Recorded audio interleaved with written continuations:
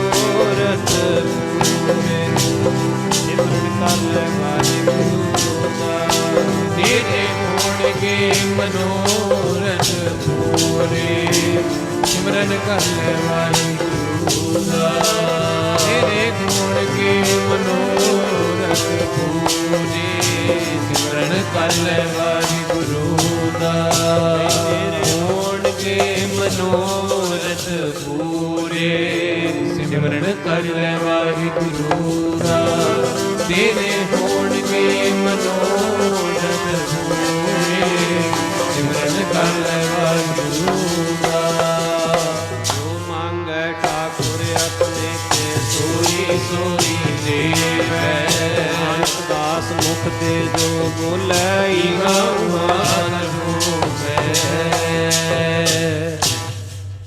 ਪਰਮ ਸਤਿਕਾਰਯੋਗ ਤਖਤ ਚਵਰ ਛਤਰ ਦੇ ਮਾਲਕ ਜੁਗੋ ਜੁਗ ਅਟਲ ਸਤਿਗੁਰੂ ਸਾਹਿਬ ਸਤਿਗੁਰੂ ਸ੍ਰੀ ਗੁਰੂ ਗ੍ਰੰਥ ਸਾਹਿਬ ਮਹਾਰਾਜ ਸੱਚੇ ਪਾਤਸ਼ਾਹ ਜੀ ਦੀ ਪਾਵਨ ਪਵਿੱਤਰ ਹਜ਼ੂਰੀ ਅੰਦਰ ਜੁੜੇ ਬੈਠੇ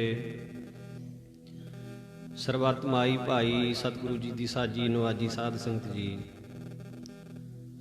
ਅਦਬ ਸਤਕਾਰ ਸਹਿਤ ਗੁਰਫਤਿਹ ਦੀ ਸਾਂਝ ਪਾਓ ਗੱਜ ਕੇ ਆਖੋ ਜੀ ਵਾਹਿਗੁਰੂ ਜੀ ਕਾ ਖਾਲਸਾ ਵਾਹਿਗੁਰੂ ਜੀ ਕੀ ਫਤਿਹ ਆਪ ਜੀ ਗੁਰੂ ਚਰਨਾਂ ਦੇ ਵਿੱਚ ਬੈਠ ਕਰ ਆਪਣੇ ਸਮੇਂ ਨੂੰ ਸਵਾਸਾਂ ਨੂੰ ਸਫਲਿਆ ਕਰ ਰਹੇ ਹੋ ਸਤਿਗੁਰੂ ਜੀ ਦੇ ਪਿਆਰਿਆਂ ਪਾਸੋਂ ਆਪ ਜੀ ਨੇ ਗੁਰ ਸ਼ਬਦ ਵਿਚਾਰ ਸਰਵਣ ਕੀਤੀ ਹੈ ਬੜਾ ਸੁੰਦਰ ਪ੍ਰਕਰਣ ਚੱਲ ਰਿਹਾ ਸੀ ਸਤਿਗੁਰੂ ਦਾ ਬਿਰਧ ਹੈ ਜੋ ਸ਼ਰਨ ਆਵੈ ਤਿਸ ਕੰਠ ਲਾਵੈ ਇਹ ਬਿਰਧ ਸੁਆਮੀ ਸੰਦਾ ਜਿਹੜਾ ਸ਼ਰਣੀ ਆਉਂਦਾ ਹੈ ਸਤਿਗੁਰੂ ਉਹਦੀ ਲਾਜ ਰੱਖਦੇ ਨੇ ਤੇ ਦੂਸਰੀ ਬਾਤ ਜਿਸ ਨੂੰ ਮਹਾਰਾਜ ਆਪਣਾ ਬਣਾ ਲੈਂਦੇ ਨੇ ਗਰੀਬ ਨਿਵਾਸ ਸੱਚੇ ਪਾਤਸ਼ਾਹ ਜੀ ਆਪਣਿਆਂ ਨੂੰ ਫਿਰ ਹਮੇਸ਼ਾ ਆਪਣੇ ਗਲ ਨਾਲ ਲਾ ਕੇ ਰੱਖਦੇ ਨੇ ਡਿੱਗਣ ਨਹੀਂ ਦਿੰਦੇ ਡੋਲਣ ਨਹੀਂ ਦਿੰਦੇ ਤੁਸੀਂ ਜਿਸ ਸੰਬੰਧ ਦੇ ਵਿੱਚ ਇਕੱਤਰ ਹੋਏ ਹੋ ਅੱਜ ਦਾ ਵਿਸ਼ਾ ਹੈ ਅਰਦਾਸ ਤੁਸੀਂ ਅਸੀਂ ਸਾਰੇ ਹੀ ਅਰਦਾਸ ਕਰਦੇ ਹਾਂ ਸਮੇਂ-ਸਮੇਂ ਉੱਤੇ ਤੁਸੀਂ ਜਦੋਂ ਰੋਜ਼ ਆਪਣਾ ਨਿਤਨੇਮ ਕਰਦੇ ਹੋ ਨਿਤਨੇਮ ਤੋਂ ਬਾਅਦ ਵੀ ਅਰਦਾਸ ਕੀਤੀ ਜਾਂਦੀ ਹੈ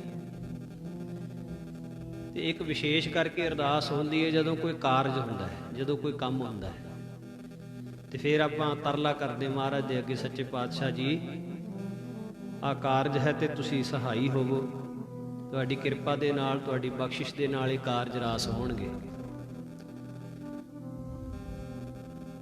ਜਨ ਬਣ ਕੇ ਸੇਵਕ ਬਣ ਕੇ ਜਿਹੜਾ ਅਰਦਾਸ ਕਰਦਾ ਹੈ ਮਹਾਰਾਜ ਬਾਣੀ ਵਿੱਚ ਲਿਖਦੇ ਕਹਿੰਦੇ ਬਿਰਥੀ ਕਦੇ ਨਾ ਹੋਵੇ ਜਨ ਕੀ ਅਰਦਾਸ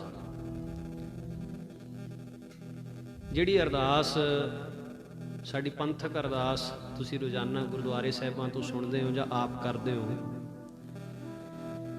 ਇਹਦਾ ਜੋ ਸਰੂਪ ਹੈ ਗੁਰੂ ਗੋਬਿੰਦ ਸਿੰਘ ਸਾਹਿਬ ਮਹਾਰਾਜ ਸੱਚੇ ਪਾਤਸ਼ਾਹ ਜੀ ਨੇ ਜੋ ਚੰਡੀ ਦੀ ਵਾਰ ਲਿਖੀ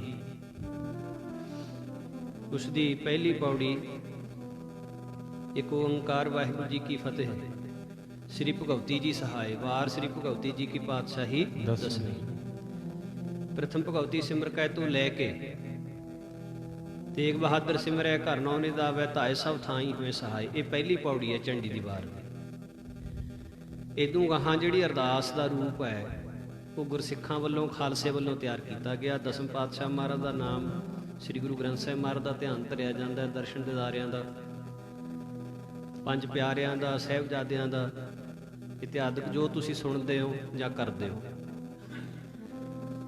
ਪਰ ਜਿਹੜਾ ਅਰਦਾਸ ਦਾ ਕਨਸੈਪਟ ਹੈ ਬਹੁਤ ਪੁਰਾਣਾ ਹੈ ਇਹ ਨਹੀਂ ਹੈ ਵੀ ਚਲੋ ਜੇ 300 ਸਾਲ ਜਾਂ 350 ਸਾਲ ਤੋਂ ਇਹ ਅਰਦਾਸ ਦਾ ਰੂਪ ਬਣਿਆ ਹੈ ਇਹ ਉਦੋਂ ਪਹਿਲਾਂ ਅਰਦਾਸ ਨਹੀਂ ਸੀ ਹੁੰਦੀ ਅਰਦਾਸ ਹੁੰਦੀ ਸੀ ਅਰਜ ਦਾਸ ਨਿਮਰਤਾ ਦੇ ਨਾਲ ਕੀਤੀ ਗਈ ਬੇਨਤੀ ਜੋਦੜੀ ਹੱਥ ਜੋੜ ਕੇ ਕੀਤੀ ਗਈ ਅਰਜ ਸ੍ਰੀ ਗੁਰੂ ਗ੍ਰੰਥ ਸਾਹਿਬ ਮਹਾਰਾਜ ਜੀ ਦੇ ਵਿੱਚ ਅਨੇਕਾਂ ਅਰਦਾਸਾਂ ਦਾ ਜ਼ਿਕਰ ਆਉਂਦਾ ਹੈ ਇੱਕ ਸਤਿਯੁਗ ਦੇ ਸਮੇਂ ਦੀ ਕੀਤੀ ਹੋਈ ਅਰਦਾਸ ਗੁਰੂ ਤੇਗ ਬਹਾਦਰ ਸਾਹਿਬ ਜੀ ਨੇ ਅਨੇਕਾਂ ਵਾਰੀ ਉਸ ਅਰਦਾਸ ਦਾ ਜ਼ਿਕਰ ਕਰਿਆ ਹੈ ਉਹ ਕਿਸੇ ਮਨੁੱਖ ਵੱਲੋਂ ਨਹੀਂ ਸੀ ਕੀਤੀ ਗਈ ਇੱਕ ਹਾਥੀ ਵੱਲੋਂ ਕੀਤੀ ਗਈ ਸੀ ਗੁਰੂ ਤੇਗ ਬਹਾਦਰ ਸਾਹਿਬ ਮਹਾਰਾਜ ਜੀ ਦੇ ਸ਼ਲੋਕ ਤੁਸੀਂ ਸੁਣਦੇ ਹੋ, ਭੋਗ ਦੇ ਸ਼ਲੋਕ ਜਿਹਨੂੰ ਆਪਾਂ ਕਹਿੰਦੇ 57 ਸ਼ਲੋਕ, ਉਹਨਾਂ ਦੇ ਵਿੱਚ ਵੀ ਉਸ ਅਰਦਾਸ ਦਾ ਜ਼ਿਕਰ ਆਇਆ। ਜਦੋਂ ਮਹਾਰਾਜ ਲਿਖਦੇ ਨੇ ਨਾ ਜੀ, ਬਲ ਛੁਟਕਿਓ ਬੰਧਨ ਪਰੇ, ਕਛੂ ਨ ਹੋਤ ਉਪਾਏ, ਕਹੋ ਨਾਨਕ ਅਬ ਓਟ ਹਰ, ਗਜ ਜਿਉ ਹੋ ਸਹਾਈ। ਗਜ ਕਹੀ ਹਾਥੀ, ਗਜ ਦਾ ਅਰਥ ਹੁੰਦਾ ਹਾਥੀ। ਮਹਾਰਾਜ ਪਾਵਨ ਬਾਣੀ ਦੇ ਵਿੱਚ ਇਸ ਤਰ੍ਹਾਂ ਵੀ ਬਚਨ ਲਿਖਦੇ ਨੇ, ਜਬ ਹੀ ਸਰਣ ਗਹੀ ਕਿਰਪਾ ਨਿਧ ਗਜ ਗਰਾਹ ਤੇ ਛੂਟਾ, ਮਹਿਮਾ ਨਾਮ ਕਹਾਂ ਲੋ ਵਰਨੋ ਰਾਮ ਕਹਿਤ ਬੰਧਨ ਤੇ ਟੂਟਾ। ਇਹ ਇੱਕ ਹਾਥੀ ਦਾ ਜ਼ਿਕਰ ਕਰਿਆ ਹੈ। ਸੰਖੇਪ ਰੂਪ ਦੇ ਵਿੱਚ ਆਪ ਜੀ ਦੇ ਅੱਗੇ ਬੇਨਤੀ, ਉਸ ਘਟਨਾ ਦਾ ਜ਼ਿਕਰ ਜੋ ਪਾਤਸ਼ਾਹ ਨੇ ਕੀਤਾ ਬਾਣੀ ਦੇ ਵਿੱਚ। ਇੱਕ ਹਾਥੀਆਂ ਦਾ ਝੁੰਡ ਇੱਕ ਝੀਲ ਦੇ ਉੱਤੇ ਪਾਣੀ ਪੀਣ ਵਾਸਤੇ ਜਾਂਦਾ। ਉਸ ਝੀਲ ਦੇ ਵਿੱਚ ਇੱਕ ਵੱਡੇ ਆਕਾਰ ਦਾ ਤੰਦੂਆ ਰਹਿੰਦਾ ਹੈ। ਜਿਹੜਾ ਸਭ ਤੋਂ ਮੂਹਰਲੇ ਪਾਸੇ ਹਾਥੀ ਸੀ, ਉਹਦੀਆਂ ਲੱਤਾਂ ਨੂੰ, ਹਾਥੀਆਂ ਨੂੰ ਤੰਦੂਆ ਆਪਣੀਆਂ ਤੰਦਾਂ ਦੇ ਨਾਲ ਜਕੜ ਲੈਂਦਾ ਤੇ ਉਹਨੂੰ ਪਾਣੀ ਵਿੱਚ ਖਿੱਚਣਾ ਸ਼ੁਰੂ ਕਰ ਦਿੰਦਾ ਹੈ। ਹੁਣ ਜਿਹੜੇ ਉਹਦੇ ਨਾਲ ਦੇ ਹਾਥੀ ਨੇ, ਉਹਦੀ ਉੱਥੇ ਸਹਾਇਤਾ ਨਹੀਂ ਕਰ ਸਕਦੇ ਤੇ ਛੱਡ ਕੇ ਚਲੇ ਜਾਂਦੇ ਨੇ। ਉਹ ਚੰਗਿਆੜਾਂ ਮਾਰਦਾ ਹੈ। ਆਪਣੇ ਸਰੀਰਕ ਬਲ ਦਾ ਵੀ ਚਲੋ ਉਹਨੇ ਇਸਤੇਮਾਲ ਬਹੁਤ ਕਰਿਆ ਬਚਣ ਵਾਸਤੇ, ਪਰ ਪੇਸ਼ ਨਾ ਗਈ। ਆਪਣਾ ਸਰੀਰਕ ਬਲ ਹਾਰ ਗਿਆ ਜੀ ਉੱਥੇ। ਹੁਣ ਉਹ ਪਾਣੀ ਵਿੱਚ ਨੂੰ ਖਿੱਚਿਆ ਜਾ ਰਿਹਾ ਹੈ। ਮੌਤ ਸਾਹਮਣੇ ਦਿਸ ਰਹੀ ਹੈ, ਬਈ ਹੁਣ ਮੈਂ ਬਚਣਾ ਨਹੀਂ, ਪਾਣੀ ਵਿੱਚ ਡੁੱਬ ਜਾਵਾਂਗਾ ਤੇ ਮੈਂ ਇਹਦੀ ਖੁਰਾਕ ਬਣ ਜਾਵਾਂਗਾ ਤੰਦੂਏ ਦੀ। ਉਸ ਵੇਲੇ ਪਾਣੀ ਦੀ ਸਤ੍ਹਾ ਦੇ ਉੱਤੇ ਤੈਰ ਰਿਹਾ ਕਮਲ ਦਾ ਫੁੱਲ, ਉਸ ਨੂੰ ਆਪਣੀ ਸੁੰਡ ਦੇ ਨਾਲ ਉਹਨੇ ਤੋੜਿਆ ਤੇ ਆਕਾਸ਼ ਵੱਲ ਨੂੰ ਆਪਣੀ ਸੁੰਡ ਕੀਤੀ। ਉਹਦਾ ਭਾਵ ਕੀ ਸੀ? ਵੀ ਹੁਣ ਸਾਰੇ ਹੀ ਆਸਰੇ ਮੁੱਕ ਗਏ, ਵਾਹਿਗੁਰੂ ਤੇਰਾ ਹੀ ਆਸਰਾ ਰਹਿ ਗਿਆ। ਆਖੋ ਸਤਿਨਾਮ ਸ਼੍ਰੀ ਵਾਹਿਗੁਰੂ। ਜਦ ਇਹੋ ਜਿਹੀ ਸਥਿਤੀ ਸਾਡੀ ਤੁਹਾਡੀ ਜ਼ਿੰਦਗੀ 'ਚ ਆ ਜਾਂਦੀ ਹੈ, ਜਾਂ ਕੋ ਮੁਸ਼ਕਲਾਤ ਬਣੇ ਢੋਈ ਕੋਏ ਨਾ ਦੇ, ਲਾਗੂ ਹੋਏ ਦੁਸ਼ਮਣਾ ਸਾਖ ਪੇ ਭੱਜ ਖਲੇ, ਸਭੋ ਭੱਜੇ ਆਸਰਾ ਚੂਕੇ ਸਭ ਅਸਰਾਓ, ਚੇਤਾ ਆਵੇ ਉਸ ਪਾਰ ਬ੍ਰਹਮ ਲੱਗੇ ਨਾ ਤੱਤੀ। ਤੱਤੀ ਵਾਹ ਨਹੀਂ ਲੱਗਦੀ। ਫਿਰ ਦੁਨੀਆ ਦੇ ਆਸਰੇ ਜਿੰਨੇ ਮਰਜ਼ੀ ਹੋਣ, ਠੀਕ ਹੈ, ਸਾਡਾ ਭਾਈਚਾਰਾ ਹੈ, ਰਿਸ਼ਤੇਦਾਰੀ, ਸਾਕ ਸੰਬੰਧੀ, ਸਾਰਾ ਕੁਝ ਠੀਕ ਹੈ, ਪਰ ਪਰਮਾਤਮਾ ਵਰਗਾ ਆਸਰਾ ਹੋਰ ਕੋਈ ਨਹੀਂ ਹੈ। ਸਮਾਂ ਆਉਣ ਤੇ ਸਾਰੇ ਸਾਥ ਛੱਡ ਸਕਦੇ ਨੇ, ਪਰ ਪਰਮਾਤਮਾ ਕਦੇ ਸਾਥ ਨਹੀਂ ਛੱਡਦਾ। ਪਰਮਾਤਮਾ ਕਦੇ ਨਿਆਸਰਾ ਨਹੀਂ ਛੱਡਦਾ ਸਾਨੂੰ। ਇੱਕ ਰਾਜਾ ਹੈ, ਉਹਦੇ ਔਲਾਦ ਨਹੀਂ ਹੋਈ। ਬੜੇ ਯਤਨ ਉਹਨੇ ਕਰੇ। ਇੱਕ ਤਾਂਤਰਿਕ ਉਸ ਨੂੰ ਮਿਲਦਾ ਹੈ, ਕਹਿੰਦਾ ਵੀ ਮੇਰੇ ਕੋਲੇ ਇੱਕ ਐਸੀ ਵਿਧੀ ਹੈ ਵੀ ਜਿਸ ਵਿਧੀ ਨੂੰ ਜੇ ਤੂੰ ਅਪਣਾ ਲਵੇਂ ਤਾਂ ਤੇਰੇ ਘਰੇ ਔਲਾਦ ਹੋ ਜੂ। ਰਾਜਾ ਕਹਿੰਦਾ ਫਿਰ ਦੱਸ। ਕਹਿੰਦਾ ਥੋੜਾ ਜਿਹਾ ਔਖਾ ਕੰਮ ਹੈ। ਕਹਿੰਦਾ ਕੋਈ ਨਹੀਂ, ਤੂੰ ਦੱਸ ਤਾਂ ਸਹੀ। ਕਹਿੰਦਾ ਗੱਲ ਇਉਂ ਹੈ ਵੀ ਤੈਨੂੰ ਕਿਸੇ ਨੌਜਵਾਨ ਦੀ ਬਲੀ ਦੇਣੀ ਪੈਣੀ ਹੈ ਦੇਵੀ ਦੇ ਅੱਗੇ। ਮੈਂ ਪੂਜਾ ਕਰੂੰਗਾ, ਬਲੀ ਦੇਵਾਂਗੇ ਤੇ ਤੇਰੇ ਘਰੇ ਰਾਜਕੁਮਾਰ ਹੋ ਜਾਊਗਾ, ਔਲਾਦ ਹੋ ਜੂ ਤੇਰੇ ਘਰੇ। ਕਹਿੰਦਾ ਇਹ ਕਿਹੜੀ ਗੱਲ ਹੈ? ਮੈਂ ਰਾਜਾ, ਮੈਂ ਜਿਹਨੂੰ ਮਰਜ਼ੀ ਫੜ ਕੇ ਕਤਲ ਕਰ ਦਿਆਂ, ਮੈਨੂੰ ਕਿਹਨੇ ਪੁੱਛਣਾ? ਉਹ ਕਹਿੰਦਾ ਪਰ ਸ਼ਰਤ ਇਹ ਹੈ ਵੀ ਬਲੀ ਉਹਦੀ ਦੇਣੀ ਹੈ ਜਿਹਦੇ ਮਾਤਾ ਪਿਤਾ ਆਪਣੀ ਖੁਸ਼ੀ ਦੇ ਨਾਲ ਆਪਣਾ ਪੁੱਤਰ ਤੈਨੂੰ ਦੇ ਦੇਣ। ਰਾਜਾ ਕਹਿੰਦਾ ਇਹ ਤਾਂ ਗੱਲ ਬਹੁਤ ਔਖੀ ਹੈ, ਵੀ ਐਦਾਂ ਦਾ ਕੌਣ ਹੋਊ ਜਿਹੜਾ ਆਪਦੀ ਖੁਸ਼ੀ ਦੇ ਨਾਲ ਆਪਣਾ ਬੱਚਾ ਮੈਨੂੰ ਦੇ ਦੂਗਾ ਕਤਲ ਕਰਨ ਵਾਸਤੇ। ਵਜ਼ੀਰ ਕਹਿੰਦਾ ਰਾਜਨ, ਪੈਸੇ ਦੇ ਵਿੱਚ ਬਹੁਤ ਵੱਡੀ ਤਾਕਤ ਹੁੰਦੀ ਹੈ, ਮਾਇਆ ਵਿੱਚ ਬਹੁਤ ਵੱਡੀ ਤਾਕਤ ਹੁੰਦੀ ਹੈ। ਇੱਕ ਵਾਰੀ ਢੰਡੋਰਾ ਫੇਰੋ। ਸ਼ਹਿਰ ਦੇ ਵਿੱਚ ਢੰਡੋਰਾ ਫਿਰਵਾਇਆ ਵੀ ਮੂੰਹ ਮੰਗਿਆ ਇਨਾਮ ਮਿਲੂਗਾ, ਜਿੰਨਾ ਕਹੋਗੇ ਪੈਸਾ ਮਿਲੂਗਾ, ਵੀ ਆਪਣਾ ਲੜਕਾ ਕੋਈ ਰਾਜੇ ਨੂੰ ਵੇਚ ਦੇਵੇ। ਇਸ ਸ਼ਹਿਰ ਦੇ ਵਿੱਚ ਇੱਕ ਪਰਿਵਾਰ ਰਹਿੰਦਾ ਹੈ, ਉਹਨਾਂ ਦੇ 4 ਪੁੱਤਰ ਨੇ। ਵੱਡੇ 3 ਆ ਜਿਹੜੇ ਉਹ ਕੰਮਕਾਰ ਕਰਦੇ ਆ, ਪੈਸਾ ਕਮਾ ਕੇ ਲਿਆ ਕੇ ਦਿੰਦੇ ਆਪਣੇ ਮਾਤਾ ਪਿਤਾ ਨੂੰ। ਪਰ ਜਿਹੜਾ ਸਾਰਿਆਂ ਤੋਂ ਛੋਟਾ ਹੈ ਉਹ ਸਾਧੂਆਂ ਦੀ ਸੰਗਤ ਕਰਦਾ ਹੈ। ਕੰਮ ਤਾਂ ਕਰਦਾ ਉਹ ਵੀ, ਪਰ ਜਿੰਨਾ ਬਾਕੀ ਕਰਦੇ ਉਹਨਾਂ ਨਹੀਂ ਕਰਦਾ। ਹਰ ਵੇਲੇ ਮੋਹ ਵਿੱਚ ਫਸਿਆ ਹੋਇਆ ਜਾਂ ਮਾਇਆ ਦੇ ਪ੍ਰੇਮ ਵਿੱਚ ਫਸਿਆ ਹੋਇਆ ਨਹੀਂ ਰਹਿੰਦਾ ਉਹ। ਕੁਝ ਸਮਾਂ ਮਹਾਂਪੁਰਖਾਂ ਦੀ ਸੰਗਤ ਕਰਨੀ, ਸਿਮਰਨ ਕਰਨਾ ਉਹਦੇ ਜੀਵਨ ਦਾ ਨਿਯਮ ਹੈ। ਹੁਣ ਮਾਪਿਆਂ ਨੂੰ, ਦੁਨਿਆਵੀ ਸੋਚ ਵਾਲਿਆਂ ਨੂੰ ਤਾਂ ਉਹੀ ਬੱਚਾ ਚੰਗਾ ਲੱਗਦਾ ਜਿਹੜਾ ਪੈਸਾ ਕਮਾ ਕੇ ਲਿਆਵੇ। ਤਾਂ ਹੁਣ ਘਰਦਿਆਂ ਨੇ ਸੋਚਿਆ ਵੀ ਸਾਡੀ ਗਰੀਬੀ ਨਿਕਲ ਜਾਊ, ਵੀ ਇਹ ਮੁੰਡਾ ਹੈ ਤਾਂ ਸਾਡੇ ਕਿਸੇ ਕੰਮ ਦਾ ਨਹੀਂ, ਰਾਜੇ ਨੂੰ ਵੇਚ ਦੇਈਏ ਇਹਨੂੰ। ਉਹਨਾਂ ਨੇ ਜਾ ਕੇ ਗੱਲ ਕੀਤੀ ਵੀ ਅਸੀਂ ਆਪਣਾ ਲੜਕਾ ਵੇਚਣਾ ਹੈ। ਕਹਿੰਦੇ ਆਹ ਗੱਲ ਹੈ, ਬਲੀ ਦੇਣੀ ਅਸੀਂ। ਕਹਿੰਦੇ ਸਾਨੂੰ ਕੀ, ਅਸੀਂ ਤਾਂ ਵੇਚ ਦੇਣਾ ਹੈ। ਕਹਿੰਦੇ ਫਿਰ ਤਾਂ ਠੀਕ ਹੈ। ਰਾਜੇ ਨੇ ਲੜਕੇ ਨੂੰ ਮੰਗਵਾ ਲਿਆ ਤੇ ਉਹਨਾਂ ਨੂੰ ਮੂੰਹ ਮੰਗਿਆ ਪੈਸਾ ਪਰਿਵਾਰ ਨੂੰ ਦੇ ਦਿੱਤਾ। ਤਿਆਰੀ ਕਰ ਲਈ। ਨਦੀ ਦੇ ਕੰਢੇ ਦੇਵੀ ਦੀ ਪ੍ਰਤਿਮਾ, ਜਿਹੜੀ ਮੂਰਤੀ ਸਜਾਈ ਗਈ, ਤਿਆਰੀ ਕਰ ਲਈ ਸਾਰੀ। ਉਸ ਤਾਂਤਰਿਕ ਨੂੰ ਸੱਦ ਲਿਆ ਗਿਆ, ਸਾਰਾ ਕੁਝ ਹੋ ਗਿਆ। ਉਸ ਲੜਕੇ ਨੂੰ ਵੀ ਲਿਆਂਦਾ। ਰਾਜਾ ਕਹਿੰਦਾ ਵੀ ਐ ਨੌਜਵਾਨ, ਵੀ ਤੈਨੂੰ ਪਤਾ ਇੱਥੇ ਤੈਨੂੰ ਕਾਹਦੇ ਲਈ ਲਿਆਂਦਾ? ਕਹਿੰਦਾ ਹਾਂ ਮੈਨੂੰ ਪਤਾ ਹੈ, ਮੇਰੀ ਬਲੀ ਦੇਣੀ ਹੈ ਤੁਸੀਂ। ਰਾਜਾ ਕਹਿੰਦਾ ਤੇਰੀ ਕੋਈ ਆਖਰੀ ਇੱਛਾ ਹੈਗੀ? ਕਹਿੰਦਾ ਹਾਂ ਇੱਛਾ ਤਾਂ ਮੇਰੀ ਹੈ। ਕੀ ਇੱਛਾ? ਕਹਿੰਦਾ ਮੈਂ ਨਦੀ ਵਿੱਚ ਇਸ਼ਨਾਨ ਕਰਨਾ ਚਾਹੁੰਦਾ। ਕਹਿੰਦੇ ਕੋਈ ਗੱਲ ਨਹੀਂ, ਨਾਲ ਹੀ ਤਾਂ ਨਦੀ ਵਗਦੀ ਹੈ, ਨਦੀ ਦੇ ਕੰਢੇ ਤਾਂ ਖਲੋਤੇ ਹੈ, 2 ਸਿਪਾਹੀ ਪਹਿਰੇ ਤੇ ਲਾਤੇ, ਜਾਓ ਵੀ ਇਸ਼ਨਾਨ ਕਰਾ ਲਿਓ। ਉਹ ਨਦੀ ਵਿੱਚ ਇਸ਼ਨਾਨ ਕਰਿਆ। ਇਸ਼ਨਾਨ ਕਰਨ ਤੋਂ ਬਾਅਦ ਬਾਹਰ ਆ ਕੇ ਰੇਤੇ ਦੀਆਂ 4 ਢੇਰੀਆਂ ਬਣਾਈਆਂ।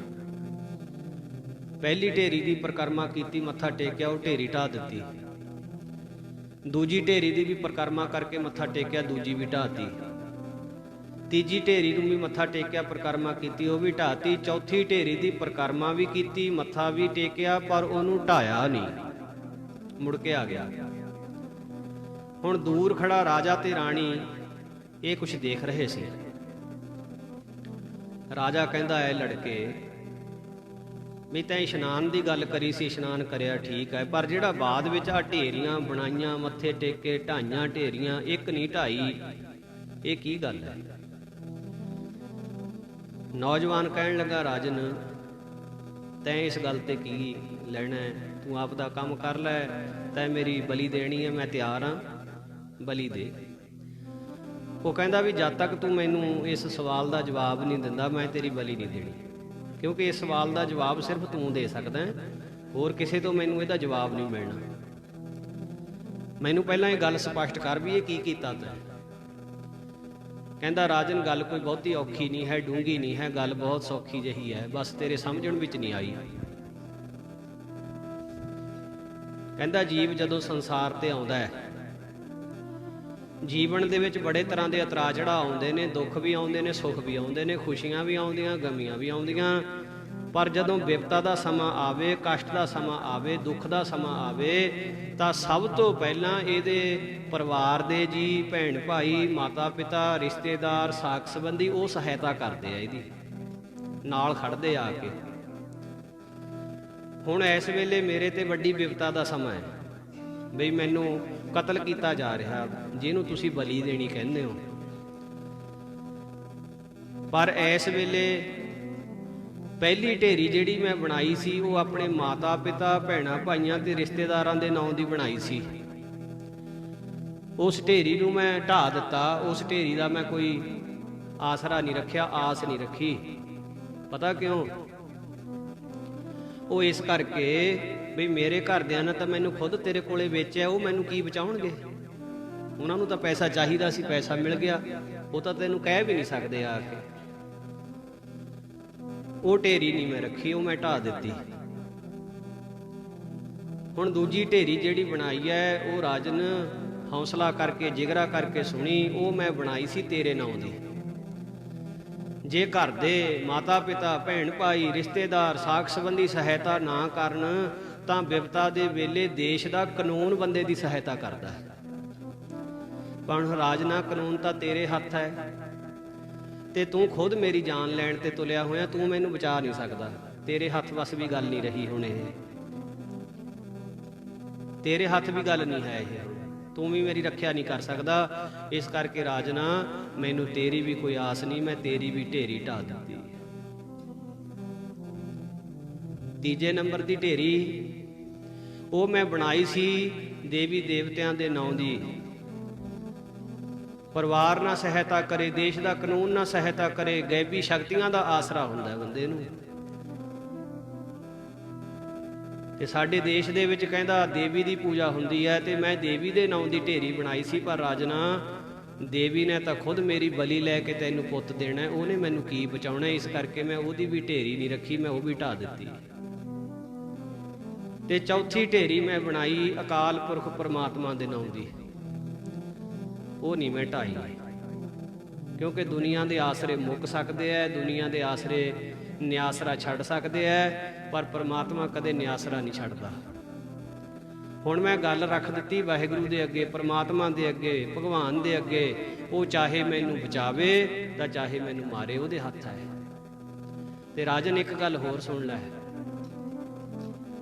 ਤੂੰ ਕਹਿਣਾ ਮੈਨੂੰ ਮਾਰਨਾ ਹੈ, ਮੈਨੂੰ ਕਤਲ ਕਰਨਾ ਹੈ, ਜੇ ਮੇਰੇ ਭਗਵਾਨ ਨੇ ਚਾਹਿਆ ਤੇਰੇ ਹੱਥ ਵਿੱਚ ਫੜੀ ਹੋਈ ਤਲਵਾਰ ਵੀ ਫੁੱਲਾਂ ਦਾ ਹਾਰ ਬਣ ਸਕਦੀ ਹੈ। ਆਖੋ ਸਤਿਨਾਮ ਸ੍ਰੀ ਵਾਹਿਗੁਰੂ। ਤੂੰ ਕਹਿਣਾ ਮਾਰਨਾ, ਤੇਰੇ ਹੱਥ ਵਸ ਨਹੀਂ ਹੈ। ਹੁਣ ਮੈਂ ਗੱਲ ਪਰਮਾਤਮਾ ਦੇ ਅੱਗੇ ਰੱਖ ਦਿੱਤੀ, ਤੇਰੇ ਤੇ ਕੋਈ ਹੁਣ ਮੇਰਾ ਰੋਸਾ ਨਹੀਂ। ਪਰਮਾਤਮਾ ਚਾਹੇ ਤਾਂ ਮੈਨੂੰ ਮਾਰ ਦੇਵੇ, ਤਾਂ ਚਾਹੇ ਰੱਖ ਲਵੇ। ਉਹਦੇ ਅੱਗੇ ਬੇਨਤੀ ਕਰ ਦਿੱਤੀ, ਹੇ ਭਗਵਾਨ, ਇੱਕ ਰਹਿ ਗਿਆ ਸਹਾਰਾ ਤੇਰੇ ਨਾਮ ਦਾ, ਹੋਰ ਸਭੇ ਢਾਈਆਂ ਢੇਰੀਆਂ। ਰਹਿ ਗਿਆ ਸਹਾਰਾ ਤੇਰੇ ਨਾਮ ਦਾ, ਹੋਰ ਸਭ ਢਾਈਆਂ ਢੇਰੀਆਂ। ਇੱਕ ਰਹਿ ਗਿਆ ਸਹਾਰਾ ਤੇਰੇ ਨਾਮ ਦਾ, ਹੋਰ ਸਭ ਢਾਈਆਂ ਢੇਰੀਆਂ। ਇੱਕ ਰਹਿ ਗਿਆ ਸਹਾਰਾ ਤੇਰੇ ਨਾਮ ਦਾ, ਹੋਰ ਸਭ ਢਾਈਆਂ ਢੇਰੀਆਂ। ਇੱਕ ਰਹਿ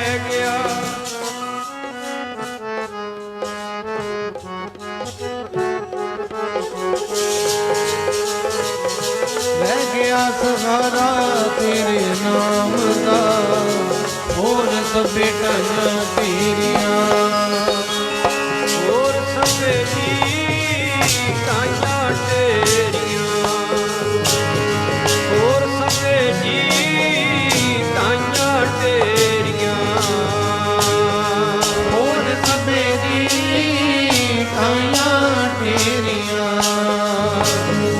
ਹੋਰ ਸਭੇ ਦੀ ਢਾਈਆਂ ਢੇਰੀਆਂ।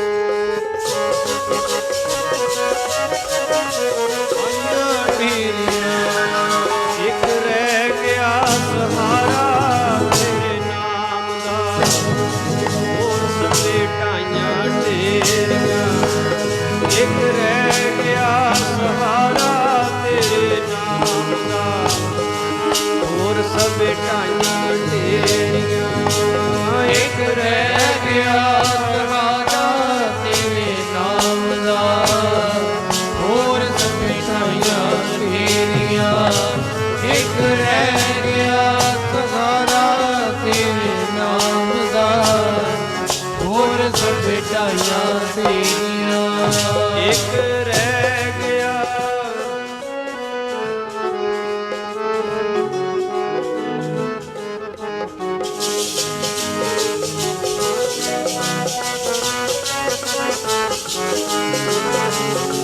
ਹੋਰ ਸਭੇ ਢਾਈਆਂ ਢੇਰੀਆਂ। ਇੱਕ ਪ੍ਰਮਾਤਮਾ ਦਾ ਸਹਾਰਾ ਹੈ। ਹੁਣ ਤਾਂ ਬਾਕੀ ਸਾਰੇ ਆਸਰੇ ਛੱਡਤੇ, ਨਾ ਮੈਨੂੰ ਹੁਣ ਕਿਸੇ ਦੀ ਆਸ ਹੈ, ਨਾ ਮੈਂ ਕਿਸੇ ਦਾ ਸਹਾਰਾ ਹੁਣ ਤੱਕ ਰਿਹਾ। ਬੜੀ ਬੇਬਾਕੀ ਦੇ ਨਾਲ, ਨਿਡਰਤਾ ਦੇ ਨਾਲ ਇਹ ਗੱਲ ਰਾਜੇ ਦੇ ਅੱਗੇ ਉਸ ਨੌਜਵਾਨ ਨੇ ਕਹਿਤੀ, ਔਰ ਉਹਦੇ ਚਿਹਰੇ ਤੋਂ ਨਿਰਭੈਤਾ ਝਲਕ ਰਹੀ ਹੈ। ਉਹਦੇ ਬੋਲਾਂ ਵਿੱਚੋਂ ਨਿਰਭੈਤਾ ਝਲਕ ਰਹੀ ਹੈ। ਰਾਜੇ ਨੇ ਸਾਰੀ ਗੱਲ ਸੁਣੀ। ਰਾਜਾ ਰਾਣੀ ਨੂੰ ਕਹਿੰਦਾ, ਰਾਣੀਏ, ਇਸ ਨੌਜਵਾਨ ਦੀ ਜੇ ਆਪਾਂ ਬਲੀ ਦੇ ਦਿੱਤੀ, ਹੋ ਸਕਦਾ ਹੈ ਦੇਵੀ ਪ੍ਰਸੰਨ ਨਾ ਹੋਵੇ ਤੇ ਸਾਡੇ ਘਰੇ ਔਲਾਦ ਨਾ ਹੋਵੇ। ਚਲੋ ਇੱਕ ਵਾਰੀ ਮੰਨ ਲੈਨੇ ਵੀ ਦੇਵੀ ਪ੍ਰਸੰਨ ਹੋ ਜੂ, ਸਾਨੂੰ ਔਲਾਦ ਮਿਲ ਵੀ ਜਾਊ। ਉਹਦੇ ਨੌਜਵਾਨ ਹੋਣ ਨੂੰ, ਇਸ ਉਮਰ ਦੇ ਵਿੱਚ ਆਉਣ ਨੂੰ ਕਿੰਨੇ ਸਾਲ ਲੱਗਣਗੇ। ਉਦੋਂ ਬਾਅਦ ਗਾਹਾਂ ਉਹਨੂੰ ਵਿੱਦਿਆ ਪੜ੍ਹਾਵਾਂਗੇ, ਉਹਨੂੰ ਇਸ ਲਾਇਕ ਬਣਾਵਾਂਗੇ, ਫੇਰ ਵੀ ਕੋਈ ਪਤਾ ਨਹੀਂ ਹੈ ਵੀ ਉਹ ਇੰਨੀ ਅਕਲ ਦਾ ਮਾਲਕ ਹੋਊ ਵੀ ਕਿ ਨਹੀਂ। ਆਖੋ ਸਤਿਨਾਮ ਸ਼੍ਰੀ ਵਾਹਿਗੁਰੂ। ਇੰਨੀ ਅਕਲ ਦਾ ਮਾਲਕ ਹੋਊ ਵੀ ਕਿ ਨਹੀਂ, ਕੀ ਪਤਾ ਹੁੰਦਾ। ਕਿੰਨੇ ਬੱਚੇ ਜਿਹੜੇ ਬਚਪਨ ਤੋਂ ਲੈ ਕੇ ਮੰਦਬੁੱਧੀ ਹੁੰਦੇ, ਆਪਣੇ ਆਪ ਸਰੀਰ ਦੀ ਵੀ ਸਾਂਭ ਨਹੀਂ ਕਰ ਸਕਦੇ, ਦੁਨਿਆਵੀ ਸੋਝੀ ਨਹੀਂ ਹੁੰਦੀ। ਇਸ ਕਰਕੇ ਹੇ ਰਾਣੀ, ਮੈਂ ਤਾਂ ਇਹ ਚਾਹੁੰਦਾ ਦਿਲੋਂ, ਮੇਰੀ ਇੱਛਾ ਇਹ ਜਾਗੀ ਹੈ ਵੀ ਆਪਾਂ ਇਹਦੀ ਬਲੀ ਨਾ ਦੇਈਏ, ਆਪਾਂ ਇਹਨੂੰ ਹੀ ਆਪਣਾ ਰਾਜਕੁਮਾਰ ਬਣਾ ਲਈਏ, ਜਿਹੜਾ ਪ੍ਰਮਾਤਮਾ ਦਾ ਆਸਰਾ ਤੱਕੇ। ਹੁਣ ਲਿਆਏ ਤਾਂ ਸੀ ਉਹਨੂੰ ਬਲੀ ਦੇਣ ਵਾਸਤੇ, ਪਰ ਜਦ ਪ੍ਰਮਾਤਮਾ ਨੇ ਖੇਡ ਵਰਤਾਈ ਤਾਂ ਉਹਨੂੰ ਸਾਧ ਸੰਗਤ ਜੀ ਰਾਜ ਤਖਤ ਦਾ ਮਾਲਕ ਬਣਾ ਦਿੱਤਾ। ਆਖੋ ਸਤਿਨਾਮ ਸ਼੍ਰੀ ਵਾਹਿਗੁਰੂ। ਆਸਰਾ ਤੱਕੇ ਜਿਹੜਾ ਵਾਹਿਗੁਰੂ ਦਾ, ਵਾਹਿਗੁਰੂ ਕਦੇ ਉਹਨੂੰ ਨਿਆਸਰਾ ਨਹੀਂ ਛੱਡਦਾ। ਤੋ ਹੁਣ ਉਸ ਹਾਥੀ ਦੀ ਜੋ ਅਰਦਾਸ ਦਾ ਜ਼ਿਕਰ ਪਾਤਸ਼ਾਹ ਨੇ ਕਰਿਆ ਹੈ, ਕਹਿੰਦੇ ਉਹਨੇ ਜਦੋਂ ਕਮਲ ਦਾ ਫੁੱਲ ਤੋੜਿਆ ਤੇ ਆਕਾਸ਼ ਵੱਲ ਨੂੰ ਸੁੰਡ ਕਰੀ, ਭਾਵ ਕਿ ਪ੍ਰਮਾਤਮਾ ਦੀ ਸ਼ਰਨ ਤੱਕੀ। ਸ਼ਰਣੀ ਆਇਆਂ ਨੂੰ ਗਲ ਨਾਲ ਲਾਉਣਾ ਵਾਹਿਗੁਰੂ ਦਾ ਬਿਰਦ ਹੈ। ਉਸੇ ਵੇਲੇ ਕਲਾ ਵਰਤਦੀ ਹੈ, ਖੇਡ ਵਰਤਦੀ ਹੈ, ਸੁਦਰਸ਼ਨ ਚੱਕਰ ਆਉਂਦਾ ਹੈ ਤੇ ਤੰਦੂਏ ਦੀਆਂ ਤੰਦਾਂ ਕੱਟੀਆਂ ਜਾਂਦੀਆਂ ਨੇ ਤੇ ਹਾਥੀ ਜਿਹੜਾ ਉਹ ਆਜ਼ਾਦ ਹੋ ਜਾਂਦਾ ਹੈ। ਇਸ ਸਮੁੱਚੀ ਸਾਖੀ ਤੋਂ ਭਾਵ ਇਹ ਹੈ ਵੀ ਜਦ ਅਸੀਂ ਸਾਰਿਆਂ ਪਾਸਿਆਂ ਦੀਆਂ ਆਸਾਂ ਮੁਕਾ ਕੇ, ਜਿਵੇਂ ਪੰਕਤੀ ਆਉਂਦੀ ਬਾਣੀ ਦੀ, ਧਰ ਜੀਅਰੇ ਇੱਕ ਟੇਕ ਤੋਂ ਲਾਹੇ ਬਿਡਾਨੀ ਆਸ, ਬਾਕੀਆਂ ਦੀਆਂ ਆਸਾਂ ਛੱਡ ਕੇ ਇੱਕ ਦਾ ਆਸਰਾ ਤੱਕ ਲੈ, ਤੇ ਉਹ ਫਿਰ ਇੱਕ ਜਿਹੜਾ ਹੈ ਉਹ ਤੇਰੀ ਸਹਾਇਤਾ ਜ਼ਰੂਰ ਕਰੂਗਾ। ਅਰਦਾਸ ਦੇ ਸੰਬੰਧ ਵਿੱਚ ਬਹੁਤ ਸਾਖੀਆਂ ਗੁਰ ਇਤਿਹਾਸ ਵਿੱਚ ਆਉਂਦੀਆਂ ਨੇ, ਜਿੱਥੇ ਜਿੱਥੇ ਗੁਰੂ ਸਾਹਿਬਾਂ ਨੇ ਆਪਣੇ ਪਿਆਰਿਆਂ ਦੀ ਲਾਜ ਰੱਖੀ ਅਰਦਾਸ ਦੇ ਨਾਲ। ਅਰਦਾਸ ਇੱਕ ਕਰਾਮਾਤ ਹੈ। ਜਿਹੜੇ ਸਿੱਖ ਕਹਿੰਦੇ ਨਾ ਅੱਜ ਪ੍ਰਚਾਰ ਹੋ ਰਿਹਾ ਸਿੱਖ ਧਰਮ ਵਿੱਚ ਕਰਾਮਾਤ ਨਹੀਂ ਵਰਤ ਸਕਦੀ, ਅਸਲ ਵਿੱਚ ਉਹਨਾਂ ਨੂੰ ਅਰਦਾਸ ਦੇ ਉੱਤੇ ਨਿਸ਼ਚਾ ਨਹੀਂ ਹੈ, ਅਰਦਾਸ ਦੇ ਉੱਤੇ ਯਕੀਨ ਨਹੀਂ। ਅਰਦਾਸ ਕੀਤਿਆਂ ਸਿੱਖ ਦੇ ਉਹ ਕੰਮ ਵੀ ਹੋ ਜਾਂਦੇ ਨੇ ਜਿਹੜੇ ਕਦੇ ਹੋ ਹੀ ਨਹੀਂ ਸਕਦੇ। ਆਖੋ ਸਤਿਨਾਮ ਸ਼੍ਰੀ ਵਾਹਿਗੁਰੂ। ਅਰਦਾਸ ਹੀ ਇੱਕ ਕਰਾਮਾਤ ਹੈ। ਕਿੰਨੇ ਥਾਵਾਂ ਤੇ ਜ਼ਿਕਰ ਆਉਂਦਾ ਸਾਧ ਸੰਗਤ ਜੀ, ਆਪਣੇ ਸੇਵਕ ਕੀ ਆਪੇ ਰਾਖੈ, ਆਪੇ ਨਾਮ ਜਪਾਵੈ ਜਪਾਵੈ, ਜਹ ਜਹ ਕਾਜ ਕਿਰਤ ਸੇਵਕ ਕੀ, ਤਾਹਾਂ ਤਾਹਾਂ ਉੱਠ ਧਾਵੈ। ਧਾਵੈ ਦੌੜ ਕੇ। ਉਸੇ ਵੇਲੇ ਵਾਹਿਗੁਰੂ ਜੀ ਆਪਣੇ ਪਿਆਰੇ ਦੀ ਸਹਾਇਤਾ ਕਰਨ ਲਈ ਹਾਜ਼ਰ ਹੋ ਜਾਂਦੇ ਜਦੋਂ ਕੋਈ ਯਾਦ ਕਰਦਾ। ਕਿੰਨੇ ਜ਼ਿਕਰ ਇਤਿਹਾਸ ਦੇ ਵਿੱਚ ਸਾਧ ਸੰਗਤ ਆਪਾਂ ਨੂੰ ਪ੍ਰਾਪਤ ਹੁੰਦੇ। ਦਸਮ ਪਾਤਸ਼ਾਹ ਮਹਾਰਾਜ ਜੀਆਂ ਦੇ ਇਤਿਹਾਸ ਵਿੱਚ ਇੱਕ ਸਾਖੀ ਆਉਂਦੀ ਹੈ ਭਾਈ ਲਾਲ ਸਿੰਘ ਦੀ। ਭਾਈ ਲਾਲ ਸਿੰਘ ਕਾਰੀਗਰ ਸਿੱਖ ਹੈ, ਸ਼ਾਸਤਰ ਬਣਾਉਂਦਾ ਇਹ, ਬੜਾ ਕਾਰੀਗਰ ਹੈ, ਬਹੁਤ ਮਹਾਰਤ ਹਾਸਲ ਹੈ ਆਪਣੇ ਕੰਮ ਦੇ ਵਿੱਚ ਇਸਨੂੰ, ਔਰ ਲਗਾਅ ਦੇ ਨਾਲ ਬਹੁਤ ਪ੍ਰੇਮ ਦੇ ਨਾਲ ਸੇਵਾ ਕਰਦਾ ਹੈ। ਇਹਨੇ ਬਹੁਤ ਮਿਹਨਤ ਕਰਕੇ ਇੱਕ ਢਾਲ ਬਣਾਈ ਹੈ। ਢਾਲ ਬੜੀ ਸੁੰਦਰ ਬਣੀ ਹੈ, ਬਹੁਤ ਮਜ਼ਬੂਤ ਢਾਲ ਹੈ, ਤੇ ਇਹ ਢਾਲ ਹੁਣ ਗੁਰੂ ਸਾਹਿਬ ਦੇ ਚਰਨਾਂ 'ਚ ਭੇਟ ਕਰਨ ਵਾਸਤੇ ਜਾਣ ਦੀ ਤਿਆਰੀ ਕਰ ਰਿਹਾ ਹੈ। ਤਾਂ ਆਪਣੀ ਪਤਨੀ ਨੂੰ ਢਾਲ ਦਿਖਾਲ ਕੇ ਕਹਿੰਦਾ ਵੀ ਦੇਖ ਢਾਲ ਕਿੰਨੀ ਸੁੰਦਰ ਬਣੀ ਹੈ। ਉਹ ਬੀਬੀ ਬੜੀ ਸਿਆਣੀ ਹੈ, ਸਤਵੰਤੀ ਹੈ, ਅਕਲ ਵਾਲੀ ਹੈ, ਸੋਝੀ ਵਾਲੀ ਹੈ। ਉਹ ਕਹਿਣ ਲੱਗੀ ਪਤੀ ਦੇਵ ਤੁਸੀਂ ਬਹੁਤ ਮਿਹਨਤ ਕਰੀ ਹੈ, ਤੁਹਾਡੀ ਮਿਹਨਤ ਦਾ ਤੇ ਗੁਰੂ ਦੀ ਰਹਿਮਤ ਦਾ ਨਤੀਜਾ ਹੈ ਭਈ ਇਹ ਢਾਲ ਵਾਕਈ ਬਹੁਤ ਸੁੰਦਰ ਬਣੀ ਹੈ, ਬਹੁਤ ਮਜ਼ਬੂਤ ਢਾਲ ਬਣੀ ਹੈ। ਪਰ ਮੈਂ ਇੱਕ ਬੇਨਤੀ ਤੁਹਾਨੂੰ ਕਰਨੀ ਚਾਹੁੰਦੀ ਹਾਂ, ਜੇ ਤੁਸੀਂ ਨਾਰਾਜ਼ ਨਾ ਹੋਵੋ। ਆਖਿਆ ਨਾ, ਤੂੰ ਗੱਲ ਕਰ, ਦੱਸ ਗੱਲ ਕੀ ਹੈ।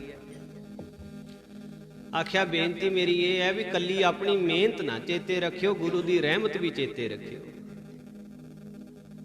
ਆਪਣੀ ਮਿਹਨਤ ਨਾ ਕੱਲੀ ਚੇਤੇ ਰੱਖਿਓ, ਜੇ ਗੁਰੂ ਦੀ ਰਹਿਮਤ ਨਾ ਹੁੰਦੀ ਤਾਂ ਤੁਸੀਂ ਇਹ ਬਣਾ ਨਹੀਂ ਸੀ ਸਕਦੇ। ਨਾ ਕਹਿੰਦਾ ਇਹ ਤਾਂ ਤੇਰੀ ਗੱਲ ਠੀਕ ਹੈ, ਗੁਰੂ ਦੀ ਰਹਿਮਤ ਤਾਂ ਯਾਦ ਹੈ, ਪਰ ਮੈਂ ਮਿਹਨਤ ਵੀ ਬਹੁਤ ਕਰੀ ਹੈ। ਮੇਰੀ ਮਿਹਨਤ ਦਾ ਸਦਕਾ ਇਹ ਐਡੀ ਸੁੰਦਰ ਤੇ ਮਜ਼ਬੂਤ ਢਾਲ ਬਣੀ ਆ, ਇਹਦੇ ਵਿੱਚੋਂ ਤੀਰ ਨਹੀਂ ਲੰਘ ਸਕਦਾ, ਵਰਸ਼ਾ ਨਹੀਂ ਲੰਘ ਸਕਦਾ, ਤਲਵਾਰ ਇਹਦਾ ਕੁਝ ਨਹੀਂ ਵਿਗਾੜ ਸਕਦੀ। ਇੱਥੋਂ ਤੱਕ ਕਿ ਜੇ ਕੋਈ ਚਾਹੇ ਨਾ ਇਹਦੇ ਵਿੱਚ ਹੀ ਗੋਲੀ ਲੰਘਾਉਣੀ ਤਾਂ ਗੋਲੀ ਵੀ ਨਹੀਂ ਲੰਘੂਗੀ, ਐਡੀ ਮਜ਼ਬੂਤ ਹੈ ਇਹ। ਉਹ ਹੁਣ ਉਹਦੀਆਂ ਬਾਤਾਂ ਦੇ ਵਿੱਚੋਂ, ਉਹਦੀਆਂ ਗੱਲਾਂ ਦੇ ਵਿੱਚੋਂ ਥੋੜੀ ਥੋੜੀ ਜਿਹੜੀ ਹਉਮੈ ਦੀ ਬੋ ਆ ਰਹੀ ਹੈ ਤਾਂ ਬਹੁਤ ਹੀ ਸੂਖਮ ਜਿਹੀ ਬਾਤ ਹੈ। ਸਾਧ ਸੰਗਤ ਪਤਾ ਹੀ ਨਹੀਂ ਲੱਗਦਾ ਆਪਣਾ ਮਨ ਕਿਹੜੇ ਵੇਲੇ ਇਸ ਗੱਲ ਦਾ ਸ਼ਿਕਾਰ ਹੋ ਜਾਂਦਾ। ਆਖੋ ਸਤਨਾਮ ਸ੍ਰੀ ਵਾਹਿਗੁਰੂ। ਸਾਡਾ ਆਪਣਾ ਆਪਾ ਕਿਹੜੇ ਵੇਲੇ ਇਸ ਬਿਮਾਰੀ ਦਾ ਸ਼ਿਕਾਰ ਹੋ ਜਾਂਦਾ, ਆਪਾਂ ਨੂੰ ਪਤਾ ਹੀ ਨਹੀਂ ਲੱਗਦਾ। ਸ਼ੁਭ ਕਰਮ ਕਰਨੇ, ਗੁਣ ਹੋਣੇ ਬਹੁਤ ਜ਼ਰੂਰੀ ਹੈ। ਬਿਨ ਗੁਣ ਕੀਤੇ ਭਗਤ ਨਾ ਹੋਏ। ਪਰ ਇੱਕ ਚੇਤਾ ਰੱਖਿਓ, ਹੰਕਾਰ ਜ਼ਿਆਦਾ ਆਊਗਾ, ਗੁਣਾਂ ਤੇ ਸਵਾਰ ਹੋ ਕੇ ਆਊਗਾ।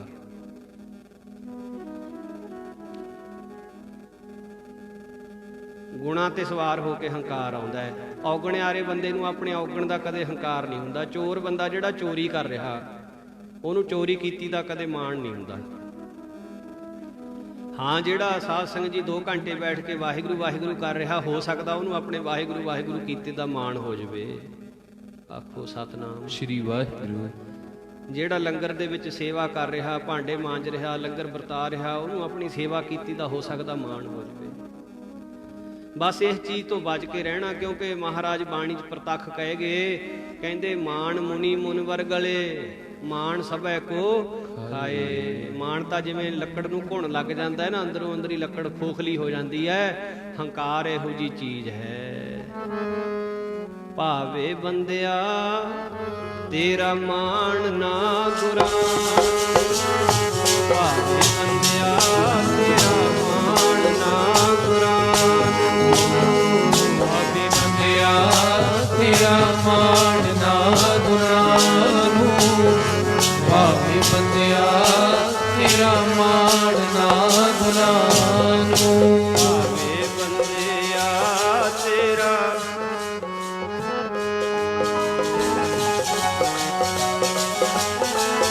ਮਾਣ ਨਾ ਗੁਰਾਂ ਨੂੰ, ਭਾਵੇ ਬੰਦਿਆ ਤੇਰਾ ਮਾਣ ਨਾ ਗੁਰਾਂ ਨੂੰ, ਭਾਵੇ ਬੰਦਿਆ ਤੇਰਾ ਮਾਣ ਨਾ ਗੁਰਾਂ ਨੂੰ, ਭਾਵੇ ਬੰਦਿਆ ਤੇਰਾ ਮਾਣ ਨਾ ਗੁਰਾਂ ਨੂੰ, ਭਾਵੇ ਬੰਦਿਆ ਤੇਰਾ ਮਾਣ ਨਾ ਗੁਰਾਂ ਨੂੰ, ਭਾਵੇ ਬੰਦਿਆ ਤੇਰਾ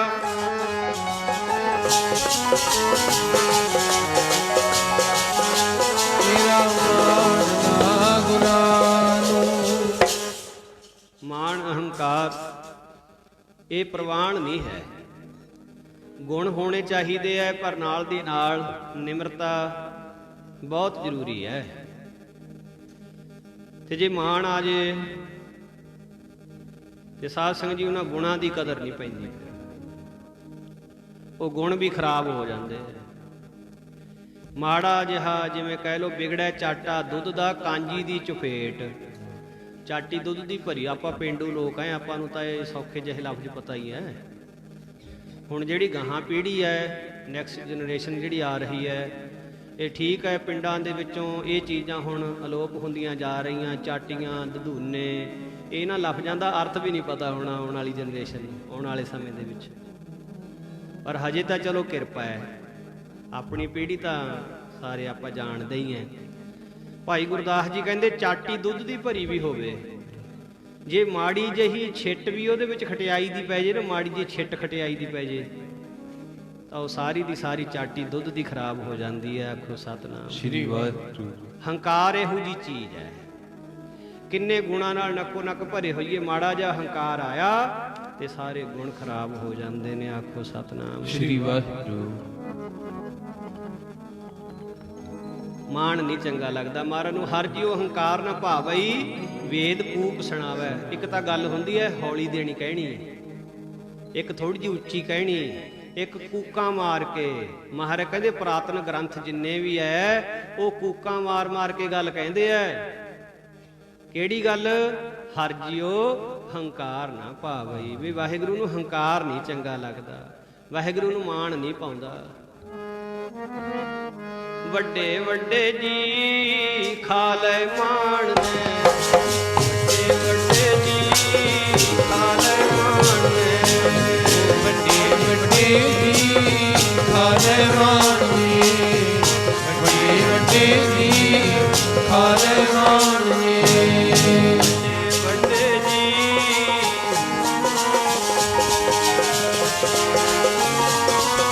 ਖਾ ਲੈ ਮਾਣ ਨੇ, ਵੱਡੇ ਵੱਡੇ ਜੀ ਖਾ ਲੈ ਮਾਣ ਨੇ, ਵੱਡੇ ਵੱਡੇ ਜੀ ਖਾ ਲੈ ਮਾਣ ਨੇ, ਵੱਡੇ ਵੱਡੇ ਜੀ ਖਾ ਲੈ ਮਾਣ ਨੇ, ਵੱਡੇ ਵੱਡੇ ਜੀ ਖਾ ਲੈ ਮਾਣ ਨੇ,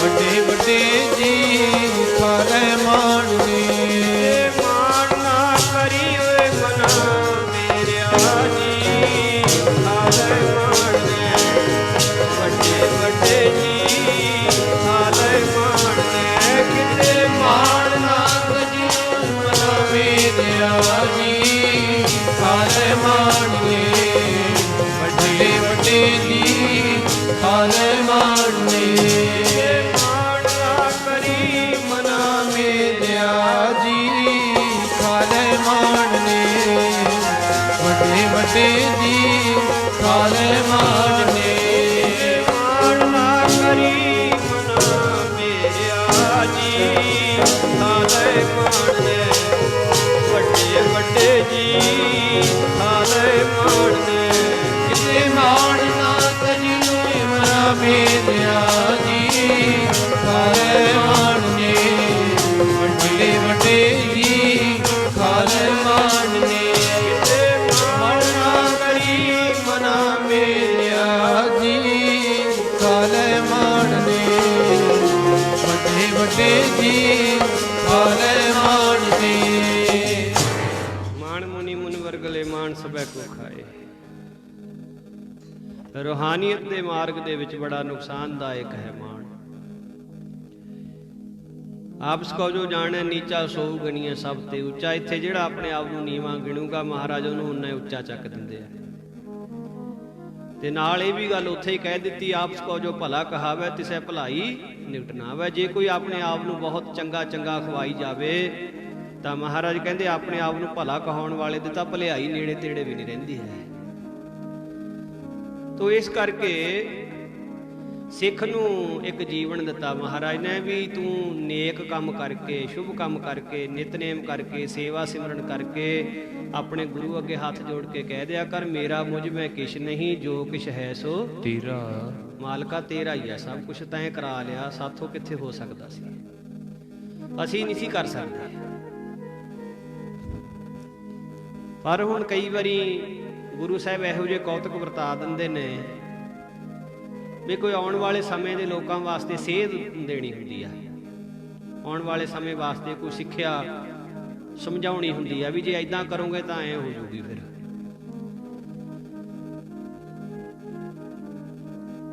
ਹੁਣ ਉਸ ਬੀਬੀ ਨੇ ਤਾਂ ਕਿਹਾ ਵੀ ਇਹ ਠੀਕ ਹੈ ਤੁਹਾਡੀ ਗੱਲ, ਮਿਹਨਤ ਤੁਸੀਂ ਕਰੀ ਆ, ਪਰ ਗੁਰੂ ਦੀ ਰਹਿਮਤ ਦਾ ਚੇਤਾ ਨਾ ਭੁਲਾ ਦਿਓ। ਗੁਰੂ ਦੀ ਰਹਿਮਤ ਤੋਂ ਬਿਨਾਂ ਨਹੀਂ ਕੁਝ ਵੀ ਹੋ ਸਕਦਾ ਸੀ। ਤਾਂ ਗੁਰੂ ਨੇ ਕਿਰਪਾ ਕਰੀ ਹੈ, ਮਹਾਰਾਜ ਨੇ ਤੁਹਾਡੇ ਤੋਂ ਸੇਵਾ ਲੈ ਲਈ। ਕਿਸੇ ਤੋਂ ਵੀ ਸੇਵਾ ਲੈ ਸਕਦੇ ਮਹਾਰਾਜ, ਜਿਹਦੇ ਸਿਰ ਤੇ ਮਰਜ਼ੀ ਹੱਥ ਰੱਖ ਕੇ ਕੰਮ ਕਰਾ ਲੈਣ। ਸਤਿਗੁਰੂ ਨੂੰ ਕੀ ਔਖਾ ਹੈ ਜੀ। ਮਹਾਰਾਜ ਗੂੰਗਿਆਂ ਤੋਂ ਗੀਤਾ ਦੇ ਅਰਥ ਕਰਾ ਸਕਦੇ ਆ, ਜੀ ਤੋਂ ਮਰਜ਼ੀ ਸੇਵਾ ਲੈ ਲੈਣ ਮਹਾਰਾਜ। ਆਪਣੇ ਆਪ ਨੂੰ ਖੁਸ਼ਕਿਸਮਤ ਸਮਝੀਏ ਜੇ ਮਹਾਰਾਜ ਆਪਾਂ ਨੂੰ ਕਿਸੇ ਸੇਵਾ ਵਿੱਚ ਲਾਉਂਦੇ ਆ। ਹੋ ਮੂਰਖ ਕਾਰੈ ਲਾਇਆ, ਤੇ ਇਹ ਕਹਿਣਾ ਚਾਹੀਦਾ ਵੀ ਸਾਨੂੰ ਮੂਰਖਾਂ ਨੂੰ ਮਹਾਰਾਜ ਨੇ ਕੰਮ ਲਾ ਲਿਆ, ਆਪਦੇ ਅਕਲ ਦੇਤੀ ਮਹਾਰਾਜ ਨੇ, ਸੋਝੀ ਦੇਤੀ, ਸੇਵਾ ਕਰਨ ਜੋਗੇ ਬਣਾ ਲਿਆ, ਨਹੀਂ ਕਿੱਥੇ ਕਰ ਸਕਦੇ ਸੀ। ਜੇ ਨਿਮਰਤਾ ਸਿੱਖਣੀ ਹੈ ਤਾਂ ਦਸਮ ਪਾਤਸ਼ਾਹ ਮਹਾਰਾਜ ਤੋਂ ਸਿੱਖ ਲਓ। ਮਹਾਰਾਜ ਕਹਿੰਦੇ ਇਨਹੀ ਕੀ ਕਿਰਪਾ ਕੇ ਸਜੇ ਹਮ ਹੈ, ਨਹੀਂ ਮੋਸੋ ਗਰੀਬ ਕਰੋੜ ਪਰੇ। ਵਾਹ, ਗੁਰੂ ਗੋਬਿੰਦ ਸਿੰਘ ਮਹਾਰਾਜ ਵਰਗਾ ਤਾਂ ਇੱਕ ਵੀ ਨਹੀਂ ਹੋਰ ਹੋ ਸਕਦਾ। ਜੇ ਉਹੋ ਜਿਹਾ ਕਹਿ ਲਈਏ ਵੀ ਮਹਾਰਾਜ ਵਰਗਾ ਕੋਈ ਹੋ ਜੂ, ਕਦੇ ਵੀ ਨਹੀਂ ਹੋ ਸਕਦਾ। ਪਰ ਦੇਖੋ ਨਿਮਰਤਾ ਬਾਜਾਂ ਵਾਲੇ ਸੱਚੇ ਪਾਤਸ਼ਾਹ ਦੀ। ਮਹਾਰਾਜ ਕਹਿੰਦੇ ਆ ਖਾਲਸੇ ਦੀ ਕਿਰਪਾ ਦੇ ਨਾਲ ਹੀ ਮੈਂ ਸਜਿਆ ਬੈਠਾ, ਨਹੀਂ ਮੇਰੇ ਵਰਗੇ ਤਾਂ ਕਰੋੜਾਂ ਹੀ ਤੁਰੇ ਫਿਰਦੇ ਆ। ਕਿੱਡੀ ਨਿਮਰਤਾ। ਆਪਾਂ ਤਾਂ ਮਾੜੀ ਜਿਹੀ ਗੱਲ ਆ ਜੇ ਐਦਾਂ ਧੌਣ ਤਾਹਾਂ ਨੂੰ ਹੋਈ ਹੁੰਦੀ ਆ ਵੀ ਮੇਰੇ ਵਰਗਾ ਤਾਂ ਜੰਮਿਆ ਹੀ ਨਹੀਂ ਦੁਨੀਆ ਤੇ ਕੋਈ ਹੋਰ, ਮੇਰੇ ਵਰਗਾ ਨਹੀਂ ਹੈਗਾ ਕੋਈ ਵੀ ਹੋਰ, ਮੇਰੇ ਵਰਗਾ ਮੈਂ ਹੀ ਹੈ। ਨਾ ਭਾਈ, ਖਿਨਮੈ ਰਾਉ ਰੰਗ ਕਉ ਕਰੀ ਰਾਉ ਰੰਗ ਕਾ ਡਾਰੇ, ਰੀਤੇ ਭਰੇ ਭਰੇ ਸਖਨਾਮੈ ਜਿਹ ਤਾਕੋ ਵਿਵਹਾਰੇ। ਖਾਲੀਆਂ ਨੂੰ ਭਰ ਸਕਦਾ, ਭਰਿਆਂ ਨੂੰ ਖਾਲੀ ਕਰ ਸਕਦਾ, ਉਹਦੇ ਚੋਜ ਨੇ, ਉਹਦੀਆਂ ਖੇਡਾਂ ਨੇ। ਹੁਣ ਲਾਲ ਸਿੰਘ ਉਸ ਢਾਲ ਨੂੰ ਕੱਪੜੇ ਵਿੱਚ ਲਪੇਟ ਕੇ ਲੈ ਤੁਰਿਆ, ਮਹਾਰਾਜ ਦੇ ਦਰਬਾਰ ਵਿੱਚ ਆ ਗਿਆ। ਮਹਾਰਾਜ ਦੇ ਚਰਨਾਂ 'ਚ ਢਾਲ ਰੱਖ ਕੇ ਨਮਸਕਾਰ ਕੀਤੀ। ਸਤਿਗੁਰਾਂ ਨੇ ਢਾਲ ਦੇਖੀ, ਬੜੇ ਪ੍ਰਸੰਨ ਹੋਏ, ਬਹੁਤ ਖੁਸ਼ ਹੋਏ। ਮਹਾਰਾਜ ਕਹਿਣ ਲੱਗੇ ਲਾਲ ਸਿੰਘ, ਸ਼ਾਸਤਰ ਤਾਂ ਤੂੰ ਅੱਗੇ ਵੀ ਬਣਾਉਣਾ ਬਹੁਤ ਸੋਹਣੇ ਸੋਹਣੇ, ਪਰ ਬਈਆ ਢਾਲ ਦੇਖ ਕੇ ਤਾਂ ਇਉਂ ਲੱਗਦਾ ਵੀ ਤੈਂ ਬਹੁਤ ਮਿਹਨਤ ਕਰੀ ਹੈ। ਬਹੁਤ ਵਿਸ਼ੇਸ਼ ਢਾਲ ਬਣੀ ਹੈ, ਬਹੁਤ ਸੁੰਦਰ ਢਾਲ ਬਣੀ ਹੈ।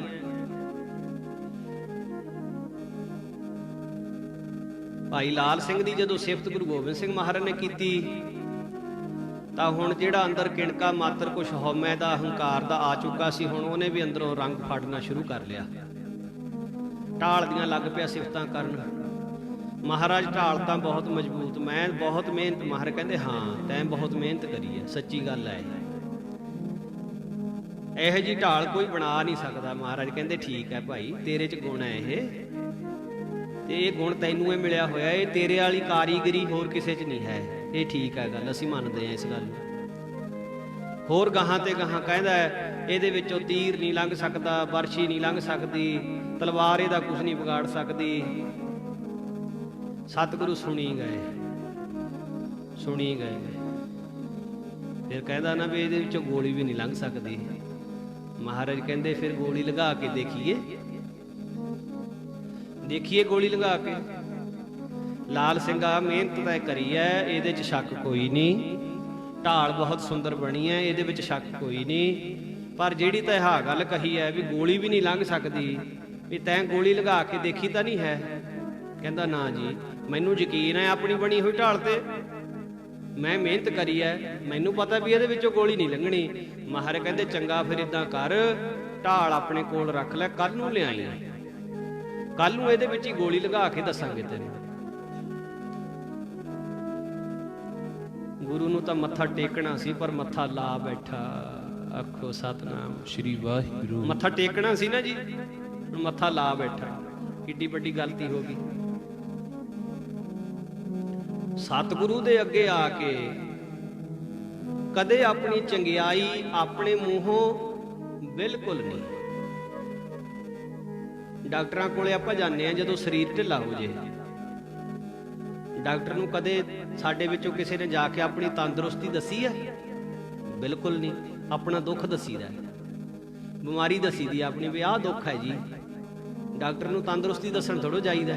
ਇੱਕ ਗੁਰੂ ਮਹਾਰਾਜ ਕੋਲੋਂ ਆਪਾਂ ਜਦੋਂ ਆਉਨੇ, ਗੁਰੂ ਮਹਾਰਾਜ ਦੇ ਕੋਲ ਆ ਕੇ ਆਪਣੀਆਂ ਵਡਿਆਈਆਂ ਆਪਣੇ ਮੂੰਹੋਂ ਵੀ ਕਰਦੇ ਆ ਤੇ ਦੂਜਿਆਂ ਦੇ ਮੂੰਹੋਂ ਵੀ ਸੁਣਨੀਆਂ ਚਾਹੁੰਦੇ ਆ। ਜੇ ਹੁਣ ਕੋਈ ਫਲਾਨਾ ਬੋਲ ਰਿਹਾ ਹੈ ਤਾਂ ਇਹ ਦੱਸੇ ਵੀ ਆਹ ਜਿਹੜਾ ਫਲਾਨਾ ਗੁਰਮੁਖ ਬੈਠਾ ਇਹਦੇ 'ਚ ਆਹ ਚੰਗਿਆਈ ਹੈ। ਇਹ ਸਾਡੇ 'ਚ ਭਾਵਨਾ ਹੋਣੀ ਨਹੀਂ ਚਾਹੀਦੀ ਨਾ, ਬਿਲਕੁਲ।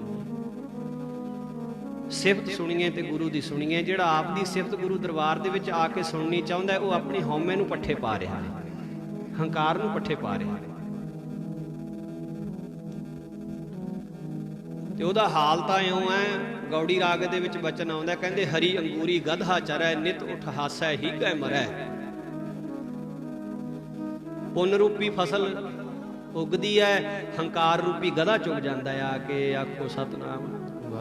ਹੁਣ ਕਣਕਾਂ ਬੀਜੀਆਂ ਹੋਈਆਂ ਨਾ, ਮੰਨ ਲਓ ਕਿਸੇ ਦੀ ਬੀਜੀ ਹੋਈ ਫਸਲ 2-2 4-4 ਉਂਗਲਾਂ 6-6 ਉਂਗਲਾਂ ਧਰਤੀ ਚੋਂ ਬਾਹਰ ਆਉਂਦੀ ਹੈ, ਉਹਨੂੰ ਪਸ਼ੂ ਚੁਗ ਜਾਵੇ ਆ ਕੇ। ਥੋੜੇ ਦਿਨਾਂ ਬਾਅਦ ਫੇਰ ਅੰਗੂਰੀ ਫੁੱਟੇ, ਫਿਰ 4-4 ਉਂਗਲਾਂ 6-6 ਉਂਗਲਾਂ ਹੋਵੇ ਫਿਰ ਪਸ਼ੂ ਚਰ ਜਾਵੇ। ਦੱਸੋ ਫਿਰ ਜਦੋਂ ਉਹ ਬਾਕੀ ਫਸਲਾਂ ਪੱਕਣਗੀਆਂ ਤਾਂ ਉਸ ਖੇਤ ਦੇ ਵਿੱਚੋਂ ਕਿੰਨਾ ਕੁ ਝਾੜ ਨਿਕਲ ਆਊ? ਉੱਥੋਂ ਤਾਂ ਕੁਝ ਵੀ ਨਹੀਂ ਲੱਭਣਾ। ਉੱਥੇ ਤਾਂ ਕਣਕ ਛੱਡੋ, ਉੱਥੇ ਤਾਂ ਤੂੜੀ ਵੀ ਨਹੀਂ ਲੱਭਣੀ। ਆਖੋ ਸਤਿਨਾਮ। ਕਿਉਂਕਿ ਉਹ ਹੋਈ ਨਹੀਂ ਫਸਲ, ਉਹ ਤਾਂ ਪਸ਼ੂਆਂ ਨੇ ਚਰ ਲਈ ਨਾਲ ਦੀ ਨਾਲ ਹੀ। ਸਾਡੀ ਪੁੰਨਾਂ ਦੀ ਫਸਲ ਵੀ ਸਾਡਾ ਹੰਕਾਰ ਰੂਪੀ ਗਧਾ ਚਰ ਜਾਂਦਾ, ਇਸ ਕਰਕੇ ਇਹਨੂੰ ਵੀ ਫਲ ਨਹੀਂ ਲੱਗਦਾ। ਆਖੋ ਸਤਿਨਾਮ ਸ੍ਰੀ ਵਾਹਿਗੁਰੂ। ਹਰੀ ਅੰਗੂਰੀ ਗਧਾ ਚਰੈ, ਨਿਤ ਉਠਾਸੈ ਹੀ ਗੈ ਮਰੈ। ਮਾਤਾ ਪੈਸਾ ਅਮੋਹਾ ਜਾਏ, ਕੁਦ ਕੁਦ ਚਰੈ ਰਸਾਤਲ ਪਾਏ। ਮੁੜ ਮੁੜ ਕੇ ਉਧਰ ਨੂੰ ਜਾਂਦਾ, ਉਧਰ ਨੂੰ ਜਾਂਦਾ, ਮੁੜ ਮੁੜ। ਐਸਾ ਅਮੋੜ ਹੋ ਗਿਆ ਸਾਡਾ ਮਨ, ਹੰਕਾਰ ਵਾਲੇ ਪਾਸੇ ਨੂੰ ਜਾ ਕੇ ਰਾਜੀ ਹੈ। ਤੋ ਇਸ ਪ੍ਰਕਾਰ ਹੁਣ ਮਹਾਰਾਜ ਕਹਿੰਦੇ ਚੰਗਾ ਕੱਲ ਨੂੰ ਲਿਆਈ, ਇਹਦੇ ਵਿੱਚੋਂ ਗੋਲੀ ਲੰਘਾ ਕੇ ਦੱਸਾਂਗੇ। ਢਾਲ ਲੈ ਕੇ ਤੁਰ ਪਿਆ। ਕੁਛ ਤਾਂ ਆਪਣੇ ਮਨ 'ਚ ਸੋਚਦਾ ਵੀ ਮਹਾਰਾਜ ਨੇ ਪਰਖਣੀ ਹੈ ਢਾਲ, ਕੋਈ ਗੱਲ ਨਹੀਂ, ਮੈਨੂੰ ਪਤਾ ਹੈ ਆਪਦੀ ਮਿਹਨਤ ਤੇ ਯਕੀਨ ਹੈ ਵੀ ਇਹਦੇ ਵਿੱਚੋਂ ਗੋਲੀ ਨਹੀਂ ਲੰਘ ਸਕਦੀ। ਪਰ ਹੁਣ ਕੁਛ ਗੁਰਸਿੱਖਾਂ ਨੇ ਭਾਈ ਲਾਲ ਸਿੰਘ ਨੂੰ ਕਿਹਾ, ਲਾਲ ਸਿੰਘ ਉਹ ਇਹ ਕੀ ਕਰ ਬੈਠਾ ਬਈ ਤੂੰ? ਕਹਿੰਦਾ ਕੀ ਗੱਲ ਹੋ ਗਈ? ਕਹਿੰਦੇ ਤੈਂ ਗਲਤੀ ਕਰ ਲਈ। ਗੁਰੂ ਸਾਹਿਬ ਜੇ ਚਾਹਣ ਤਾਂ ਕੀ ਇਹਦੇ ਵਿੱਚ ਹੀ ਗੋਲੀ ਲੰਘਾ ਨਹੀਂ ਸਕਦੇ? ਤੈਨੂੰ ਗੁਰੂ ਸਾਹਿਬ ਬਾਰੇ ਪਤਾ ਨਹੀਂ? ਹੁਣ ਹੋਸ਼ ਟਿਕਾਣੇ ਆਈ, ਕਹਿੰਦਾ ਗੱਲ ਤਾਂ ਤੁਹਾਡੀ ਠੀਕ ਹੈ, ਮੈਂ ਤਾਂ ਬਹੁਤ ਵੱਡੀ ਗਲਤੀ ਕਰ ਬੈਠਾ। ਹੁਣ ਕਿਵੇਂ ਹੋ? ਘਰ ਚਲਿਆ ਗਿਆ। ਢਾਲ ਜਦੋਂ ਲੈ ਕੇ ਆਇਆ ਵਾਪਸ ਤਾਂ ਘਰ ਵਾਲੀ ਕਹਿੰਦੀ ਹੈ, ਪਤੀ ਦੇਵ ਕੀ ਗੱਲ ਢਾਲ ਮੋੜ ਲਿਆਏ? ਢਾਲ ਪਸੰਦ ਨਹੀਂ ਆਈ ਮਹਾਰਾਜ ਨੂੰ? ਇਹ ਚੁੱਪ ਕਰੀ ਬੈਠਾ ਹੈ। ਅੱਗਿਓਂ ਉਹ ਬੀਬੀ ਕਹਿਣ ਲੱਗੀ, ਕਹਿੰਦੀ ਢਾਲ ਤਾਂ ਪਸੰਦ ਆ ਗਈ ਹੋਣੀ ਹੈ, ਪਰ ਤੁਹਾਡੀ ਚਾਲ ਨਹੀਂ ਪਸੰਦ ਆਈ ਹੋਣੀ। ਆਖੋ ਸਤਿਨਾਮ ਸ੍ਰੀ ਵਾਹਿਗੁਰੂ। ਢਾਲ ਤਾਂ ਪਸੰਦ ਆ ਗਈ ਹੋਣੀ, ਤੁਹਾਡੀ ਚਾਲ ਨਹੀਂ ਪਸੰਦ ਆਈ ਹੋਣੀ। ਕਹਿੰਦਾ ਜਿਵੇਂ ਮਰਜ਼ੀ ਕਹਿ ਲੈ ਬਈ, ਮੈਂ ਜੇ ਉੱਥੇ ਚੁੱਪ ਕਰਿਆ ਰਹਿੰਦਾ ਤਾਂ ਮਹਾਰਾਜ ਨੂੰ ਕਿਹੜਾ ਕੁਛ ਪਤਾ ਨਹੀਂ ਸੀ, ਮੈਂ ਗਲਤੀ ਕਰ ਬੈਠਾ। ਹੁਣ ਆਹ ਗੱਲ ਹੈ, ਹੁਣ ਮੈਨੂੰ ਦੱਸ ਵੀ ਹੋਊ ਕਿੱਦਾਂ? ਕਹਿੰਦੀ ਤੁਹਾਨੂੰ ਕੀ ਲੱਗਦਾ ਵੀ ਜੇ ਗੁਰੂ ਗੋਬਿੰਦ ਸਿੰਘ ਮਹਾਰਾਜ ਚਾਹਣ ਤਾਂ ਇਹਦੇ ਵਿੱਚੋਂ ਗੋਲੀ ਲੰਘਾ ਨਹੀਂ ਸਕਦੇ? ਕਹਿੰਦਾ ਇਹਦੇ ਵਿੱਚ ਤਾਂ ਹੁਣ ਸ਼ੱਕ ਕੋਈ ਨਹੀਂ, ਮਹਾਰਾਜ ਤਾਂ ਗੋਲੀ ਲੰਘਾ ਦੇਣਗੇ, ਮਹਾਰਾਜ ਅੱਗੇ ਕੀ ਔਖਾ। ਪਰ ਹੁਣ ਮੇਰੀ ਲਾਜ ਕਿੱਦਾਂ ਰਹੇ?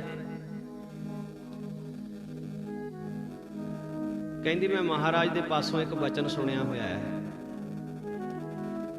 ਜੇ ਤੁਸੀਂ ਮੰਨ ਲਓ। ਕਿਹੜਾ ਬਚਨ ਸੁਣਿਆ ਮੈਨੂੰ ਦੱਸ? ਮੈਂ ਮਹਾਰਾਜ ਦੇ ਮੁਖਾਰਬਿੰਦ ਤੋਂ ਬਚਨ ਸੁਣਿਆ, ਜਿਹੜਾ ਸਿੱਖ ਅਰਦਾਸ ਕਰਦਾ ਹੈ ਜਾਂ ਪੰਜਾਂ ਸਿੰਘਾਂ ਤੋਂ ਅਰਦਾਸ ਕਰਾਉਂਦਾ ਹੈ, ਗੁਰੂ ਉਹਦੀ ਲਾਜ ਰੱਖਦਾ ਹੈ। ਆਖੋ ਸਤਿਨਾਮ ਸ੍ਰੀ ਵਾਹਿਗੁਰੂ। ਗੁਰੂ ਉਹਦੀ ਲਾਜ ਰੱਖਦਾ ਹੈ। ਸਤਿਗੁਰੂ ਨੂੰ ਆਪਣਿਆਂ ਦੀ ਲਾਜ ਆਉਂਦੀ ਹੈ। ਕਹਿੰਦਾ ਫੇਰ ਕਿਵੇਂ ਹੋ ਗਏ? ਕਹਿੰਦੀ ਹੁਣ ਮੈਂ ਪ੍ਰਸ਼ਾਦਾ ਤਿਆਰ ਕਰਦੀ ਹਾਂ, ਤੁਸੀਂ ਸਿੰਘਾਂ ਨੂੰ ਬੁਲਾ ਕੇ ਲਿਆਓ, ਆਪਾਂ ਪੰਜਾਂ ਸਿੰਘਾਂ ਨੂੰ ਪ੍ਰਸ਼ਾਦਾ ਛਕਾਈਏ। ਇਨ ਪੰਚਨ ਮੈਂ ਮੋਰੋ ਵਾਸਾ, ਪੰਜਾਂ ਵਿੱਚ ਮਹਾਰਾਜ ਦਾ ਨਿਵਾਸ ਹੈ, ਪੰਜਾਂ ਸਿੰਘਾਂ ਨੂੰ ਬੁਲਾ ਕੇ ਲਿਆਓ।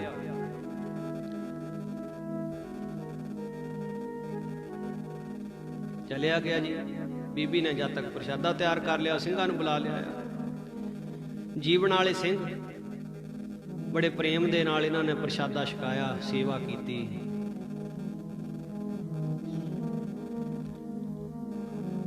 ਜਦ ਅਰਦਾਸ ਕਰਨ ਦਾ ਸਮਾਂ ਆਇਆ ਤਾਂ ਸਿੰਘ ਪੁੱਛਦੇ, ਲਾਲ ਸਿੰਘ ਅਰਦਾਸ ਕੀ ਕਰੀਏ? ਕਿਸ ਕਾਰਜ ਵਾਸਤੇ ਅਰਦਾਸ ਕਰੀਏ?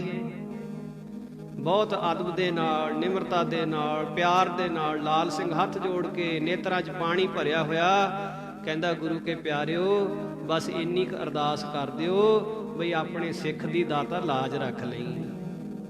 ਆਖੋ ਸਤਿਨਾਮ ਸ੍ਰੀ ਵਾਹਿਗੁਰੂ। ਬਸ ਇੰਨੀ ਕੁ ਬੇਨਤੀ ਕਰ ਦਿਓ ਵੀ ਆਪਣੇ ਸਿੱਖ ਦੀ ਲਾਜ ਰੱਖ ਲਿਓ।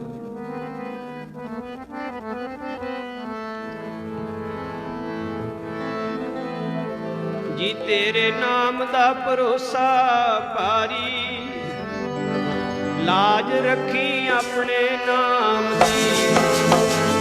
ਨਾਮ ਦਾ ਭਰੋਸਾ, ਲਾਜ ਰੱਖੀ ਆਪਣੇ ਨਾਮ ਦੀ। ਤੇਰੇ ਨਾਮ ਦਾ ਭਰੋਸਾ ਭਾਰੀ, ਆਪਣੇ ਨਾਮ ਦੀ, ਇਹਦੇ ਨਾਮ ਦਾ ਭਰੋਸਾ ਭਾਰੀ, ਲਾਜ ਰੱਖੀ ਆਪਣੇ ਨਾਮ ਦੀ।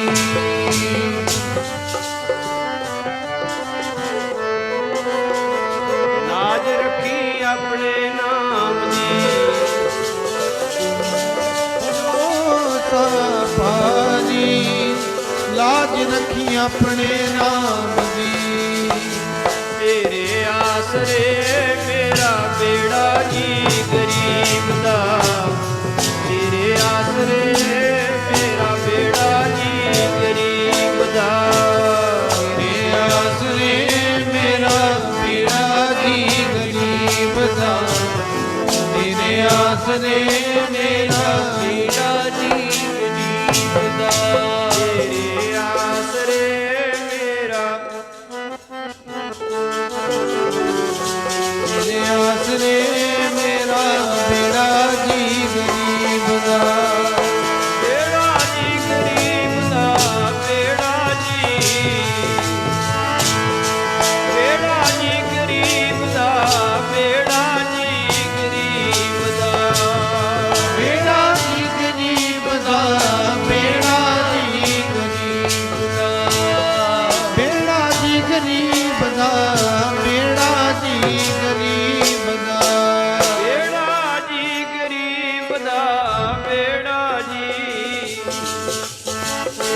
ਬੇੜਾ ਜੀ ਗਰੀਬ ਦਾ, ਬੇੜਾ ਜੀ ਗਰੀਬ ਦਾ, ਤੇਰੇ ਆਸਰੇ ਮੇਰਾ ਬੇੜਾ ਜੀ ਗਰੀਬ ਦਾ, ਤੇਰੇ ਆਸਰੇ ਸਾਈਆਂ ਬੇੜਾ ਜੀ ਗਰੀਬ ਦਾ, ਤੇਰੇ ਆਸਰੇ ਮੇਰਾ ਬੇੜਾ ਜੀ ਗਰੀਬ ਦਾ, ਤੇਰੇ ਆਸਰੇ ਮੇਰਾ ਬੇੜਾ ਜੀ ਗਰੀਬ ਦਾ, ਤੇਰੇ ਆਸਰੇ ਮੇਰਾ ਬੇੜਾ ਜੀ, ਮੇਰਾ ਬੇੜਾ ਜੀ ਗਰੀਬ ਦਾ। ਪੰਜਾਂ ਸਿੰਘਾਂ ਨੇ ਅਰਦਾਸ ਕੀਤੀ। ਲਾਲ ਸਿੰਘ ਨਿਮਰਤਾ ਦੇ ਨਾਲ ਸਤਿਗੁਰਾਂ ਦੇ ਚਰਨਾਂ ਦਾ ਆਸਰਾ ਤੱਕ ਰਿਹਾ। ਦੂਜਾ ਦਿਨ ਹੋਇਆ, ਢਾਲ ਲੈ ਕੇ ਸਮੇਂ ਅਨੁਸਾਰ ਦੀਵਾਨ ਵਿੱਚ ਪਹੁੰਚ ਗਿਆ। ਹਜ਼ੂਰ ਦੇ ਚਰਨਾਂ 'ਚ ਢਾਲ ਰੱਖ ਕੇ ਨਮਸਕਾਰ ਕੀਤੀ। ਮਹਾਰਾਜ ਕਹਿੰਦੇ, ਲਾਲ ਸਿੰਘ ਢਾਲ ਦੀ ਪਰਖ ਕਰੀਏ? ਕਹਿੰਦੇ, ਹਜ਼ੂਰ ਜਿਵੇਂ ਤੁਹਾਡੀ ਮੌਜ। ਬੰਦੂਕ ਮੰਗਾ ਲਈ। ਲਾਲ ਸਿੰਘ ਨੂੰ ਕਹਿੰਦੇ ਵੀ ਢਾਲ ਸਾਹਮਣੇ ਕਰ। ਲਾਲ ਸਿੰਘ ਏਦਾਂ ਛਾਤੀ ਨਾਲ ਢਾਲ ਲਾ ਕੇ ਖੜ ਗਿਆ ਜੀ। ਅਰਦਾਸ ਤੇ ਯਕੀਨ ਹੈ, ਅਰਦਾਸ ਤੇ ਭਰੋਸਾ ਹੈ।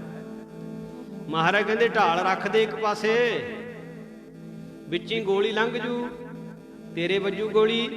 ਕਹਿੰਦਾ ਜੀ ਜੇ ਹਜੇ ਵੀ ਗੋਲੀ ਲੰਘ ਗਈ ਫਿਰ ਤਾਂ ਮੇਰੇ ਵੱਜੇ ਹੀ ਜਾਵੇ। ਆਖੋ ਸਤਨਾਮ ਸ਼੍ਰੀ ਵਾਹਿਗੁਰੂ। ਜੇ ਹਜੇ ਵੀ ਗੋਲੀ ਵਿੱਚ ਹੀ ਲੰਘ ਗਈ ਫਿਰ ਤਾਂ ਮੇਰੇ ਵੱਜ ਜੇ, ਕੋਈ ਫਿਕਰ ਨਹੀਂ ਮੈਨੂੰ।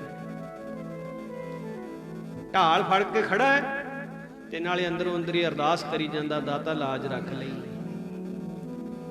ਪੈਜ ਰੱਖ ਲਈ ਆਪਣੇ ਨਾਮ ਦੀ। ਮਹਾਰਾਜ ਨਿਸ਼ਾਨਾ ਸਾਧਦੇ ਐ, ਫਿਰ ਬੰਦੂਕ ਇੱਕ ਪਾਸੇ ਨੂੰ ਕਰ ਲੈਂਦੇ, ਫਿਰ ਸਾਹਮਣੇ ਦੇਖਦੇ ਐ, ਫਿਰ ਬੰਦੂਕ ਚੱਕਦੇ ਐ, ਫਿਰ ਨਿਸ਼ਾਨਾ ਸਾਧਦੇ ਐ, ਗੋਲੀ ਨਹੀਂ ਚਲਾਉਂਦੇ। 3 ਵਾਰੀ ਕਰਿਆ ਇਦਾਂ। ਅਖੀਰ ਬੰਦੂਕ ਇੱਕ ਪਾਸੇ ਰੱਖ ਦਿੱਤੀ। ਮਹਾਰਾਜ ਕਹਿੰਦੇ ਵੀ ਵਾਕਈ ਲਾਲ ਸਿੰਘ ਤੇਰੀ ਢਾਲ ਬੜੀ ਪੱਕੀ, ਇਹਦੇ ਵਿੱਚੋਂ ਗੋਲੀ ਨਹੀਂ ਲੰਘਣੀ, ਬਹੁਤ ਪੱਕੀ ਢਾਲ ਹੈ। ਕੋਲ ਗੁਰਸਿੱਖ ਖੜੇ, ਕਹਿੰਦੇ ਮਹਾਰਾਜ ਗੋਲੀ ਚਲਾਈ ਕੋਈ ਨਹੀਂ, ਨਿਸ਼ਾਨਾ ਲਾਇਆ ਕੋਈ ਨਹੀਂ, ਤੇ ਹਜੂਰ ਆਪ ਜੀ ਨੇ ਬਚਨ ਕਰਤਾ ਤੇਰੀ ਢਾਲ ਬੜੀ ਪੱਕੀ ਹੈ, ਇਹਦੇ ਵਿੱਚੋਂ ਗੋਲੀ ਨਹੀਂ ਲੰਘਣੀ। ਮਹਾਰਾਜ ਕਹਿੰਦੇ ਹਾਂ, ਇਹਦੀ ਢਾਲ ਪੱਕੀ, ਗੋਲੀ ਨਹੀਂ ਲੰਘਣੀ ਇਹਦੇ ਵਿੱਚੋਂ। ਮਹਾਰਾਜ ਪਰ ਇਹ ਕਿਸ ਤਰ੍ਹਾਂ? ਮਹਾਰਾਜ ਕਹਿੰਦੇ ਲਾਲ ਸਿੰਘ ਨੇ ਅਰਦਾਸ ਕਰਾਈ ਹੋਈ ਹੈ, ਸਾਹਮਣੇ ਮੈਨੂੰ ਢਾਲ ਨਹੀਂ ਦਿਸ ਰਹੀ, ਢਾਲ ਦੇ ਉੱਤੇ 9 ਪਾਤਸ਼ਾਹੀਆਂ ਨੇ ਹੱਥ ਰੱਖੇ ਹੋਏ ਨੇ, ਇੰਨੀ ਕੁ ਵੀ ਜਗ੍ਹਾ ਨਹੀਂ ਹੈ ਜਿੱਥੇ ਮੈਂ ਗੋਲੀ ਮਾਰ ਸਕਾਂ। ਆਖੋ ਸਤਨਾਮ ਸ਼੍ਰੀ ਵਾਹਿਗੁਰੂ। ਇੰਨੀ ਕੁ ਵੀ ਜਗ੍ਹਾ ਨਹੀਂ ਜਿੱਥੇ ਮੈਂ ਨਿਸ਼ਾਨਾ ਲਾ ਸਕਾਂ। ਸਿੱਖ ਅਰਦਾਸ ਕਰੇ, ਗੁਰੂ ਹਾਜ਼ਰ ਹੋ ਕੇ ਅਰਦਾਸ ਸੁਣਦਾ ਤੇ ਆਪਣੇ ਸਿੱਖ ਦੀ ਪੈਜ ਰੱਖਦਾ ਹੈ। ਆਪਾਂ ਕੀ ਕਹਿੰਦੇ ਸਿਰਫ ਇੱਕ ਕਿਰਿਆ ਹੈ, ਇੱਕ ਕਰਮ ਕਾਂਡ ਹੈ? ਬਿਲਕੁਲ ਨਹੀਂ। ਸਦ ਸੁਣਦਾ, ਸਦ ਵੇਖਦਾ। ਅੱਛਾ, ਇੱਕ ਅੱਜ ਦੇ ਸਮੇਂ ਦੇ ਵਿੱਚ ਜੋ ਸਾਡੇ ਰਿਵਾਜ ਚੱਲ ਪਿਆ ਜਾਂ ਪੁਰਾਤਨ ਜੋ ਲੀਹ ਬਣੀ ਹੋਈ ਸੀ ਉਹਨੂੰ ਅਸੀਂ ਛੱਡ ਕੇ ਜਿਹੜੀਆਂ ਰੂਹਾਂ ਤਾਂ ਮਹਾਂਪੁਰਖਾਂ ਨਾਲ ਕਿਸੇ ਸਤਿਪੁਰਖ ਦੀ ਸੰਗਤ ਕੀਤੀ, ਮਹਾਂਪੁਰਖਾਂ ਨਾਲ ਜੁੜੇ ਹੋਏ, ਉਹ ਤਾਂ ਨਹੀਂ ਇਹ ਲੀਹ ਛੱਡਦੇ। ਪਰ ਅੱਜ ਦੇ ਵਹਿਣ ਵਿੱਚ ਬਹਿ ਕੇ ਕਈਆਂ ਨੇ ਉਹ ਰਾਹ ਛੱਡ ਦਿੱਤਾ। ਉਹ ਕਿਵੇਂ ਜੀ? ਗੁਰੂ ਸਾਹਿਬ ਦੇ ਚਰਨਾਂ ਦੇ ਵਿੱਚ ਕੜਾਹ ਪ੍ਰਸ਼ਾਦ ਦੀ ਦੇਗ ਲਿਆਉਂਦੇ ਆਪਾਂ, ਲੰਗਰ ਦਾ ਥਾਲਾ ਸਜਾ ਕੇ ਲਿਆਉਂਦੇ ਆਪਾਂ, ਤੇ ਜਦੋਂ ਅਰਦਾਸ ਕਰਦੇ ਆ ਉਸ ਵੇਲੇ ਸਾਨੂੰ ਇਹ ਪੰਕਤੀ ਕਹਿਣ ਤੋਂ ਡਰ ਲੱਗਦਾ ਹੈ ਵੀ ਮਹਾਰਾਜ ਲੰਗਰ ਦਾ ਥਾਲਾ ਹਾਜ਼ਰ ਹੈ ਜਾਂ ਦੇਗ ਹਾਜ਼ਰ ਹੈ, ਪਾਤਸ਼ਾਹ ਭੋਗ ਲਾਓ। ਪੁਰਾਤਨ ਗੁਰਸਿੱਖ ਇਹ ਬਚਨ ਕਹਿੰਦੇ ਹੁੰਦੇ ਸੀ, ਮਹਾਰਾਜ ਭੋਗ ਲਾਓ। ਹੁਣ ਨਹੀਂ ਕਹਿੰਦੇ। ਹੁਣ ਤਾਂ ਕੋਈ ਭਾਈ ਸਾਹਿਬ ਪਰਮਿੰਦਰ ਸਿੰਘ ਹਰਾਰ ਕੇ ਜਿਹੜੇ ਜੁੜੇ ਹੋਏ ਨੇ ਇਹ ਤਾਂ ਕਹਿੰਦੇ ਹੋਣਗੇ, ਪਰ ਹੁਣ ਤਰਕਵਾਦੀ ਆ ਗਈ ਬੁੱਧੀ। ਰਾਮਪੁਰ ਖੇੜੇ ਇੱਕ ਵਾਰੀ ਸੰਤ ਕਰਤਾਰ ਸਿੰਘ ਜੀ ਖਾਲਸਾ ਭਿੰਡਰਾਂ ਵਾਲੇ ਮਹਾਂਪੁਰਸ਼ ਜਥੇ ਸਮੇਤ ਆਏ ਹੋਏ, ਤਾਂ ਕਿਸੇ ਨੇ ਸੰਤਾਂ ਨੂੰ ਸਵਾਲ ਕਰਤਾ, ਕਹਿੰਦੇ ਇਹ ਤਾਂ ਬਾਹਮਣਵਾਦ ਹੈ ਜੀ ਜਿਹੜਾ ਤੁਸੀਂ ਕਹਿੰਦੇ ਹੋ ਭੋਗ ਲਾਓ। ਕਿਉਂ? ਟਕਸਾਲ ਦੇ ਵਿੱਚ ਤਾਂ ਇਹੀ ਬਚਨ ਸਾਰੇ ਪੁਰਾਤਨ ਮਹਾਂਪੁਰਖ ਇਹੀ ਬਚਨ ਕਹਿੰਦੇ ਅਰਦਾਸ 'ਚ ਵੀ ਮਹਾਰਾਜ ਭੋਗ ਲਾਓ, ਗੁਰੂ ਨੂੰ ਹਾਜ਼ਰ ਸਮਝਦੇ। ਇਹ ਤੁਸੀਂ ਕਿਉਂ ਕਹਿੰਦੇ ਜੀ? ਕਹਿੰਦੇ ਭੋਗ ਲਾਓ, ਇਹ ਤਾਂ ਬਾਹਮਣਵਾਦ ਹੈ। ਮਹਾਂਪੁਰਸ਼ ਕਹਿੰਦੇ ਕਿਉਂ ਬਈ? ਆਪਣੇ ਗੁਰੂ ਨੂੰ ਪ੍ਰਸ਼ਾਦ ਛਕਾਉਣਾ, ਲੰਗਰ ਛਕਾਉਣਾ ਇਹ ਬਾਹਮਣਵਾਦ ਹੈ? ਕਹਿੰਦੇ ਗੁਰੂ ਛਕਦਾ ਹੈ? ਮਹਾਂਪੁਰਖ ਕਹਿੰਦੇ ਹਾਂ ਬਿਲਕੁਲ ਛਕਦੇ ਆ। ਕਹਿੰਦੇ ਸਾਬਤ ਕਰਕੇ ਦੱਸੋ। ਜਿਵੇਂ ਹੁਣ ਅੱਜ ਦੇ ਨੇ ਜਿਹੜੇ, ਉਹ ਵੀ ਇਹੀ ਗੱਲ ਕਹਿੰਦੇ ਆ ਵੀ ਤੁਸੀਂ ਦੱਸੋ ਆਹ ਗੱਲ ਕਰਕੇ ਤੁਸੀਂ ਕਰ ਸਕਦੇ ਹੋ, ਇਹ ਠੀਕ ਹੈ, ਸਾਡੀਆਂ ਅੱਜ ਦਿਆਂ ਦੀਆਂ ਉਹ ਕਮਾਈਆਂ ਨਹੀਂ। ਪਰ ਇਹਦਾ ਮਤਲਬ ਇਹ ਤਾਂ ਨਹੀਂ ਵੀ ਉਹ ਕਮਾਈ ਵਾਲੇ ਸਾਧੂ ਮਹਾਂਪੁਰਖ ਪਹਿਲਾਂ ਹੋਏ ਹੀ ਨਹੀਂ ਹੈ ਕਦੇ, ਜਾਂ ਹੁਣ ਹੈ ਨਹੀਂ ਗੇ ਨਾ, ਹੈਗੇ, ਹੁਣ ਵੀ ਹੈਗੇ, ਪਹਿਲਾਂ ਵੀ ਸਨ, ਆਉਣ ਵਾਲੇ ਸਮੇਂ ਵਿੱਚ ਵੀ ਹੋਣਗੇ। ਦੁਨੀਆ ਤੋਂ ਸਭ ਕੁਝ ਦਾ ਨਾਸ ਹੋ ਸਕਦਾ ਹੈ, ਪਰ ਇੱਕ ਪਰਮਾਤਮਾ ਤੇ ਇੱਕ ਪਰਮਾਤਮਾ ਦੇ ਪਿਆਰੇ ਕਦੇ ਖਤਮ ਨਹੀਂ ਹੋ ਸਕਦੇ। ਆਖੋ ਸਤਿਨਾਮ ਸ੍ਰੀ ਵਾਹਿਗੁਰੂ। ਇਹ ਮੈਂ ਨਹੀਂ ਕਹਿੰਦਾ, ਗੁਰੂ ਮਹਾਰਾਜ ਕਹਿੰਦੇ ਨਾਮ ਰਹਿਓ ਸਾਧੂ ਰਹਿਓ। ਨਾਮ ਰਹੂਗਾ, ਨਾਮ ਜਪਣ ਵਾਲੇ ਸਾਧੂ ਸਦਾ ਰਹਿਣਗੇ। ਉਹ ਕਹਿੰਦੇ ਜੀ ਸਾਬਤ ਕਰਕੇ ਦੱਸੋ ਵੀ ਮਹਾਰਾਜ ਭੋਗ ਲਾਉਂਦੇ ਆ। ਮਹਾਂਪੁਰਖ ਕਹਿੰਦੇ ਕੋਈ ਨਹੀਂ ਬਈ। ਸਿੰਘਾਂ ਨੂੰ ਵਚਨ ਕੀਤਾ ਬਈ ਪੂਰੀ ਸੁਚਮਤਾ ਨਾਲ ਜਿਵੇਂ ਤੁਸੀਂ ਦੇਗ ਤਿਆਰ ਕਰਦੇ ਹੋ, ਕਰੜਾ ਪਹਿਰਾ ਕਰਕੇ ਭਾਈ ਕੜਾਹ ਪ੍ਰਸ਼ਾਦੀ ਦੇਗ ਤਿਆਰ ਕਰੋ। ਦੇਗ ਤਿਆਰ ਕੀਤੀ। ਕਹਿੰਦੇ ਹੁਣ ਇਸ ਪ੍ਰਸ਼ਾਦ ਨੂੰ ਇਹਦਾ ਵਜਨ ਕਰੋ, ਜੋਖੋ ਇਹਨੂੰ। ਵਜਨ ਕੀਤਾ, ਠੰਡਾ ਕਰਕੇ ਪ੍ਰਸ਼ਾਦ। ਕਹਿੰਦੇ ਹੁਣ ਨੋਟ ਕਰ ਲਓ ਭਾਈ ਕਿੰਨਾ ਵਜਨ ਹੈ। ਕਰ ਲਿਆ ਨੋਟ। ਮਹਾਂਪੁਰਖ ਪ੍ਰਸ਼ਾਦ ਲੈ ਕੇ ਤਾਬਿਆ ਆ ਗਏ, ਮਹਾਰਾਜ ਦੀ ਹਜ਼ੂਰੀ 'ਚ ਆ ਗਏ। ਸੰਪੂਰਨ ਆਨੰਦ ਸਾਹਿਬ ਦਾ ਪਾਠ ਅਰਦਾਸ ਮਹਾਂਪੁਰਖਾਂ ਨੇ ਆਪ ਕਰੀ, ਸੰਤ ਕਰਤਾਰ ਸਿੰਘ ਜੀ ਨੇ ਆਪ ਅਰਦਾਸ ਕੀਤੀ, ਭੋਗ ਲਵਾਇਆ, ਹੁਕਮਨਾਮਾ ਹੋਇਆ। ਕਹਿੰਦੇ ਹੁਣ ਪ੍ਰਸ਼ਾਦ ਨੂੰ ਤੋਲੋ। ਤੇ ਜਦੋਂ ਪ੍ਰਸ਼ਾਦ ਦੁਆਰਾ ਉਹਦਾ ਵਜਨ ਕੀਤਾ, ਤਕਰੀਬਨ ਪਾਈਆ ਪ੍ਰਸ਼ਾਦ ਘਟ ਗਿਆ ਜੀ। ਆਖੋ ਸਤਿਨਾਮ ਸ੍ਰੀ ਵਾਹਿਗੁਰੂ। ਮਹਾਂਪੁਰਖ ਕਹਿੰਦੇ ਦੱਸੋ ਵੀ ਮਹਾਰਾਜ ਛਕਦੇ ਕਿ ਨਹੀਂ ਛਕਦੇ? ਕਹਿੰਦੇ ਜੀ ਬਿਲਕੁਲ ਛਕਦੇ ਆ। ਹੁਣ ਅਸੀਂ ਇਹ ਤਾਂ ਗੱਲ ਜ਼ਰੂਰ ਮੰਨਦੇ ਆ ਵੀ ਜਿਹੜੀ ਅਸੀਂ ਅਰਦਾਸ ਕਰਦੇ ਆ ਗੁਰੂ ਸਾਹਿਬ ਸੁਣਦੇ ਆ। ਗੱਲ ਸੁਣੀ ਕਾਹਦੇ ਨਾਲ ਜਾਂਦੀ ਜੀ? ਕੰਨਾਂ ਨਾਲ। ਅਸੀਂ ਇਹ ਤਾਂ ਮੰਨਦੇ ਆ ਵੀ ਗੁਰੂ ਗ੍ਰੰਥ ਸਾਹਿਬ ਦੇ ਕੰਨ ਹੈਗੇ ਆ, ਪਰ ਅਸੀਂ ਇਹ ਨਹੀਂ ਮੰਨਦੇ ਵੀ ਗੁਰੂ ਗ੍ਰੰਥ ਸਾਹਿਬ ਦਾ ਮੂੰਹ ਵੀ ਹੈਗਾ ਤਾਂ ਉਹ ਪ੍ਰਸ਼ਾਦ ਵੀ ਛਕਦੇ ਹੋਣਗੇ। ਆਖੋ ਸਤਿਨਾਮ ਸ੍ਰੀ ਵਾਹਿਗੁਰੂ। ਇਹ ਮੰਨਣ ਨੂੰ ਤਿਆਰ ਨਹੀਂ ਅਸੀਂ ਵੀ ਮਹਾਰਾਜ ਛਕਦੇ ਵੀ ਹੈ। ਭਾਵਨਾ ਬਣਾਓ, ਹਮੇਸ਼ਾ ਨਿਸ਼ਚਾ ਰੱਖੋ। ਗੁਰੂ ਗ੍ਰੰਥ ਜੀ ਮਾਨਿਓ, ਪ੍ਰਗਟ ਗੁਰਾਂ ਕੀ ਦੇ ਪ੍ਰਗਟ ਦੇ ਕਰਕੇ। ਡੱਕੇ ਡੋਲੇ ਖਾਂਦਿਆਂ ਨਹੀਂ ਅਰਦਾਸ ਕਰਨੀ, ਨਿਸ਼ਚੇ ਦੇ ਨਾਲ ਕਰਨੀ। ਮੇਰਾ ਗੁਰੂ ਹਾਜ਼ਰ ਹੈ ਤੇ ਸਤਿਗੁਰੂ ਛਕਦਾ ਹੈ, ਤੇ ਸਿੱਖ ਦਾ ਇਹ ਯਕੀਨ ਹੈ, ਸਿੱਖ ਦਾ ਇਹ ਭਰੋਸਾ ਹੈ। ਤੇ ਭਰੋਸੇ ਨੂੰ ਹੀ ਸਾਧ ਸੰਗਤ ਜੀ ਫੜ ਲੱਗਦੇ ਨੇ, ਤਰਕ ਨੂੰ ਫੜ ਨਹੀਂ ਲੱਗਦਾ ਹੁੰਦਾ। ਆਓ ਗੁਰਮੁਖੋ, ਇਹ ਸਮੁੱਚੀ ਵਿਚਾਰ ਕਰਨ ਤੋਂ ਭਾਵ ਇਹ ਹੈ ਵੀ ਬਿਰਥੀ ਕਦੇ ਨਾ ਹੋਵੇ ਜਨ ਕੀ ਅਰਦਾਸ। ਜਨ ਬਣ ਕੇ, ਸੇਵਕ ਬਣ ਕੇ ਕੀਤੀ ਅਰਦਾਸ ਕਦੇ ਬਿਰਥੀ ਨਹੀਂ ਜਾਂਦੀ। ਇਹ ਭਰੋਸਾ। ਆਖਰੀ ਪੰਕਤੀਆਂ ਪ੍ਰੇਮ ਨਾਲ ਪੜਿਓ ਸਾਰੇ। ਜੀ ਜਿਨ੍ਹਾਂ ਨੇ ਸਿਦਕ ਤੇਰੇ ਤੇ ਰੱਖਿਆ, ਉਹਨਾਂ ਨੇ ਸਭ ਕਿਛ ਪਾਇਆ ਏ। ਸਿਦਕ ਤੇਰੇ ਤੇ ਉਹਨਾਂ ਨੇ ਸਭ ਕਿਛ ਪਾਇਆ ਏ। ਜਿਨ੍ਹਾਂ ਨੇ ਸਿਦਕ ਤੇਰੇ ਤੇ ਰੱਖਿਆ, ਉਹਨਾਂ ਨੇ ਸਭ ਕਿਛ ਪਾਇਆ ਏ। ਜਿਨ੍ਹਾਂ ਨੇ ਸਿਦਕ ਤੇਰੇ ਤੇ ਰੱਖਿਆ, ਉਹਨਾਂ ਨੇ ਸਭ ਕਿਛ ਪਾਇਆ ਏ।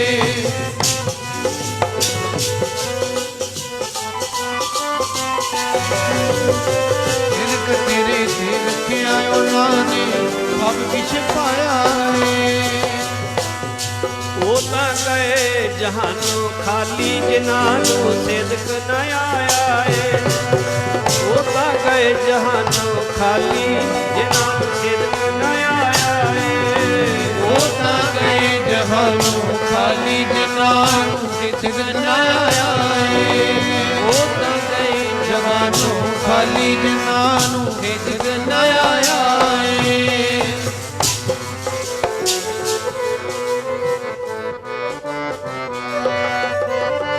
ਗਏ ਜਹਾਨੋਂ ਖਾਲੀ, ਜਿਨ੍ਹਾਂ ਨੂੰ ਸਿਦਕ ਨ ਆਇਆ ਏ। ਉਹ ਤਾਂ ਗਏ ਜਹਾਨੋਂ ਖਾਲੀ, ਜਿਨ੍ਹਾਂ ਨੂੰ ਸਿਦਕ ਨ ਆਇਆ ਏ। ਉਹ ਤਾਂ ਗਏ ਜਹਾਨੋਂ ਖਾਲੀ, ਜਿਨ੍ਹਾਂ ਨੂੰ ਸਿਦਕ ਨ ਆਇਆ ਏ। ਉਹ ਤਾਂ ਗਏ ਜਹਾਨੋਂ ਖਾਲੀ, ਜਿਨ੍ਹਾਂ ਨੂੰ ਸਿਦਕ ਨ ਆਇਆ ਏ। ਉਹ ਤਾਂ ਗਏ ਜਹਾਨੋਂ ਖਾਲੀ, ਜਿਨ੍ਹਾਂ ਨੂੰ ਸਿਦਕ ਨ ਆਇਆ ਏ।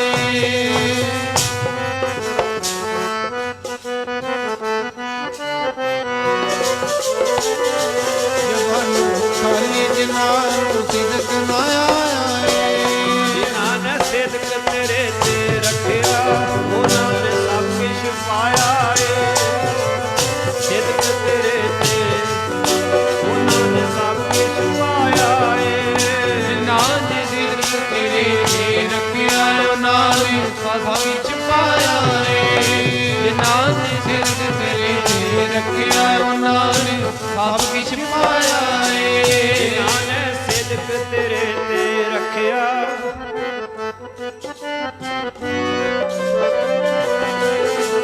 ਰੱਖਿਆ, ਉਹਨਾਂ ਨੇ ਸਭ ਕਿਛ ਪਾਇਆ ਏ। ਗੱਲ ਭਾਵਨਾ ਦੀ ਹੈ, ਭਾਵਨਾ ਨੂੰ ਫਲ ਲੱਗਦਾ ਹੈ। ਮਹਾਰਾਜ ਇਸ ਤਰ੍ਹਾਂ ਬਚਨ ਕਰਦੇ ਨੇ, ਜਿਹਾ ਭਾਉ ਤੇਹਾ ਫਲ ਪਾਈ। ਜਿੱਦਾਂ ਦੀ ਭਾਵਨਾ ਉਦਾਂ ਦਾ ਮਹਾਰਾਜ ਫਲ ਲਾਉਂਦੇ ਐ। ਸੋ ਸਤਿਗੁਰੂ ਮਿਹਰ ਕਰਨ ਸਾਡੀ ਸਭਨਾਂ ਦੀ ਭਾਵਨਾ ਬਣੀ ਰਵੇ। ਜਾਂ ਕੈ ਹਿਰਦੈ ਵਿਸ਼ਵਾਸ ਪ੍ਰਭ ਆਇਆ, ਤਤ ਗਿਆਨ ਤਿਸ ਮਨ ਪ੍ਰਗਟਾਇਆ। ਵਿਸ਼ਵਾਸ, ਭਰੋਸਾ, ਅਕੀਦਾ, ਯਕੀਨ ਬਹੁਤ ਜ਼ਰੂਰੀ। ਬੇਵਿਸ਼ਵਾਸਿਆਂ ਨੂੰ ਕਦੇ ਮੰਜ਼ਲਾਂ ਨਹੀਂ ਮਿਲਦੀਆਂ ਹੁੰਦੀਆਂ। ਭਰੋਸਾ ਰੱਖਣਾ ਗੁਰੂ ਸਾਹਿਬ ਤੇ ਹਮੇਸ਼ਾ ਪੱਕਾ। ਗੁਰੂ ਕਿਰਪਾ ਕਰੇ ਜੀ, ਜਿਸ ਕਾਰਜ ਨੂੰ ਮੁੱਖ ਰੱਖਦਿਆਂ, ਜਿਸ ਮਨੋਰਥ ਨੂੰ ਮੁੱਖ ਰੱਖਦਿਆਂ ਸੇਵਕ ਪਰਿਵਾਰ ਨੇ ਸਤਿਗੁਰਾਂ ਦਾ ਆਸਰਾ ਤੱਕਿਆ। ਸਤਿਕਾਰਯੋਗ ਸੁਰਗਵਾਸੀ ਸਰਦਾਰ ਮਝੈਲ ਸਿੰਘ ਜੀ ਤੇ ਇਹਨਾਂ ਦੇ ਸਪੁੱਤਰ ਸੁਰਗਵਾਸੀ ਸਰਦਾਰ ਜਸਪਾਲ ਸਿੰਘ, ਇਹ ਸਮੂਹ ਬਾਗ ਪਰਿਵਾਰ ਕਾਕਾ ਮਨਜੀਤ ਸਿੰਘ ਦੇ ਆਨੰਦ ਵਿਆਹ ਦੀ ਖੁਸ਼ੀ ਦਾ ਜੋ ਇਹ ਕਾਰਜ ਹੈ, ਸਤਿਗੁਰੂ ਮਿਹਰ ਕਰੇ। ਜਿਸਕਾ ਕਾਰਜ ਤਿਨ ਹੀ ਕੀਆ, ਮਾਨਸ ਕਿਆ ਵਿਚਾਰਾ ਰਾਮ। ਸਤਿਗੁਰੂ ਦੀ ਬਾਣੀ ਦਾ ਫਰਮਾਨ ਹੈ, ਮਾਲਕ ਅੰਗ ਸੰਗ ਸਹਾਈ ਹੋਵੇ, ਥਿਰ ਕਰ ਬੈਸੋ ਹਰ ਜਨ ਪਿਆਰੇ। ਸਤਿਗੁਰ ਤੁਮਰੇ ਰੋਮ ਰੋਮ ਕਰਕੇ ਧੰਨ ਗੁਰੂ ਗ੍ਰੰਥ ਸਾਹਿਬ ਮਹਾਰਾਜ ਦਾ ਸ਼ੁਕਰਾਨਾ ਹੈ।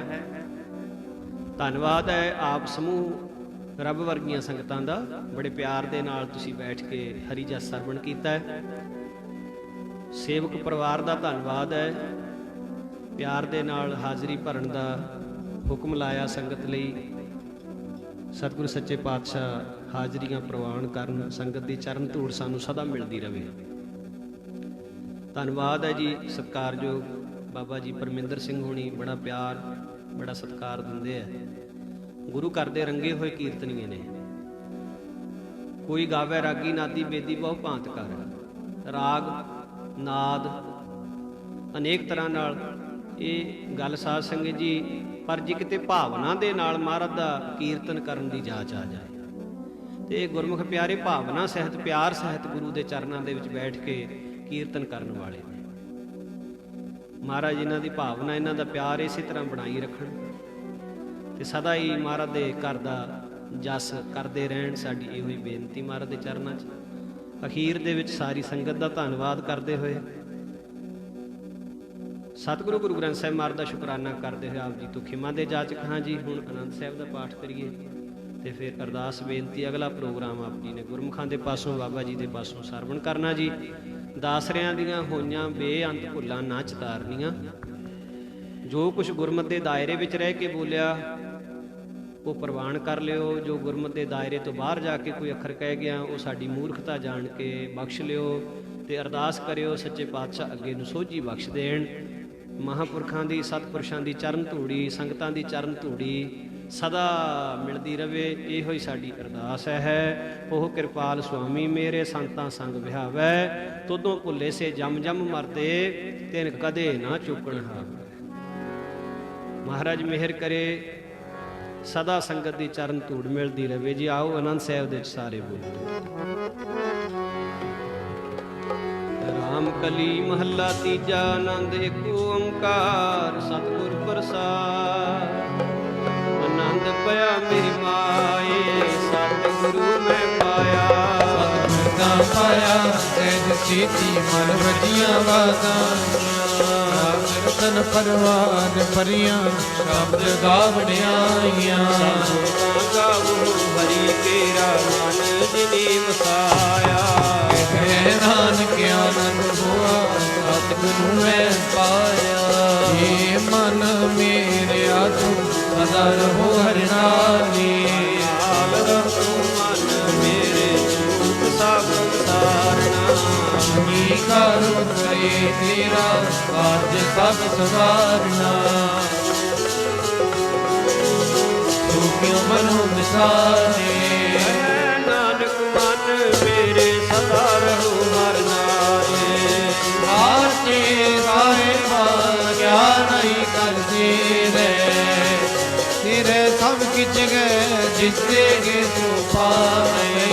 ਸਦਾ ਸਿਫਤ ਸਲਾਹ ਤੇਰੀ ਨਾਮ ਮਨ ਵਸਾਵੇ। ਨਾਮ ਜਿਨ ਕੇ ਮਨ ਵਸਿਆ ਵਾਜੇ ਸ਼ਬਦ ਕਲੀਨੀ।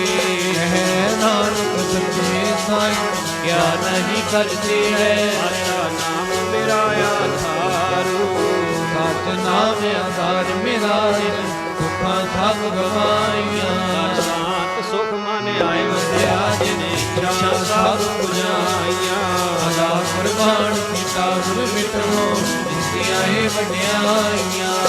ਕਹਿ ਨਾਨਕ ਸੁਣੋ ਸੰਤੋ ਸਭ ਅੰਤਰੋ ਪਿਆਰੋ ਸਾਚਾ ਨਾਮ ਮੇਰਾ ਆਧਾਰ। ਵਾਜੇ ਪੰਜ ਸ਼ਬਦ ਦੇ ਘਰ ਸੁਭਾਗੇ ਘਰ ਸੁਭਾਗੇ ਸ਼ਬਦ ਵਾਜੇ ਕਲਾ ਜਿਤ ਕਰ ਤਾਰੀਆਂ। ਪੰਜ ਕੂਤ ਤੁਧ ਵਸ ਕੀਤੇ ਕਾਲ ਕੰਡ ਕੁਆਰਿਆ। ਕਾਇਮ ਪਾਇਆ ਸੁਰਜਨ ਕੋ ਨਾਮ ਕਰਕੇ ਲਾਗੇ। ਕਹਿ ਨਾਨਕ ਤੈ ਸੁਖ ਹੋਆ ਤਿਸ ਕਾ ਜਗਤ ਵਾਜੀ। ਅਨੰਦ ਸੁਣੋ ਵਡ ਭਾਗੀ ਨੂੰ ਸਗਲ ਮਨੋਰਥ ਪੂਰੇ। ਪਾਰ ਬ੍ਰਹਮ ਬ੍ਰਹਮ ਪਾਇਆ ਤੇਰੇ ਸਗਲ ਮਸੂਜੇ।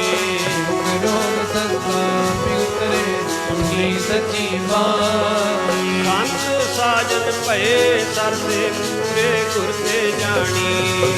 ਤੇ ਪੁਨੀਤ ਕਹਿਤੇ ਫਿਰ ਸਤਿਗੁਰ ਰਹਿਆ ਪਰ ਪੂਜੀ।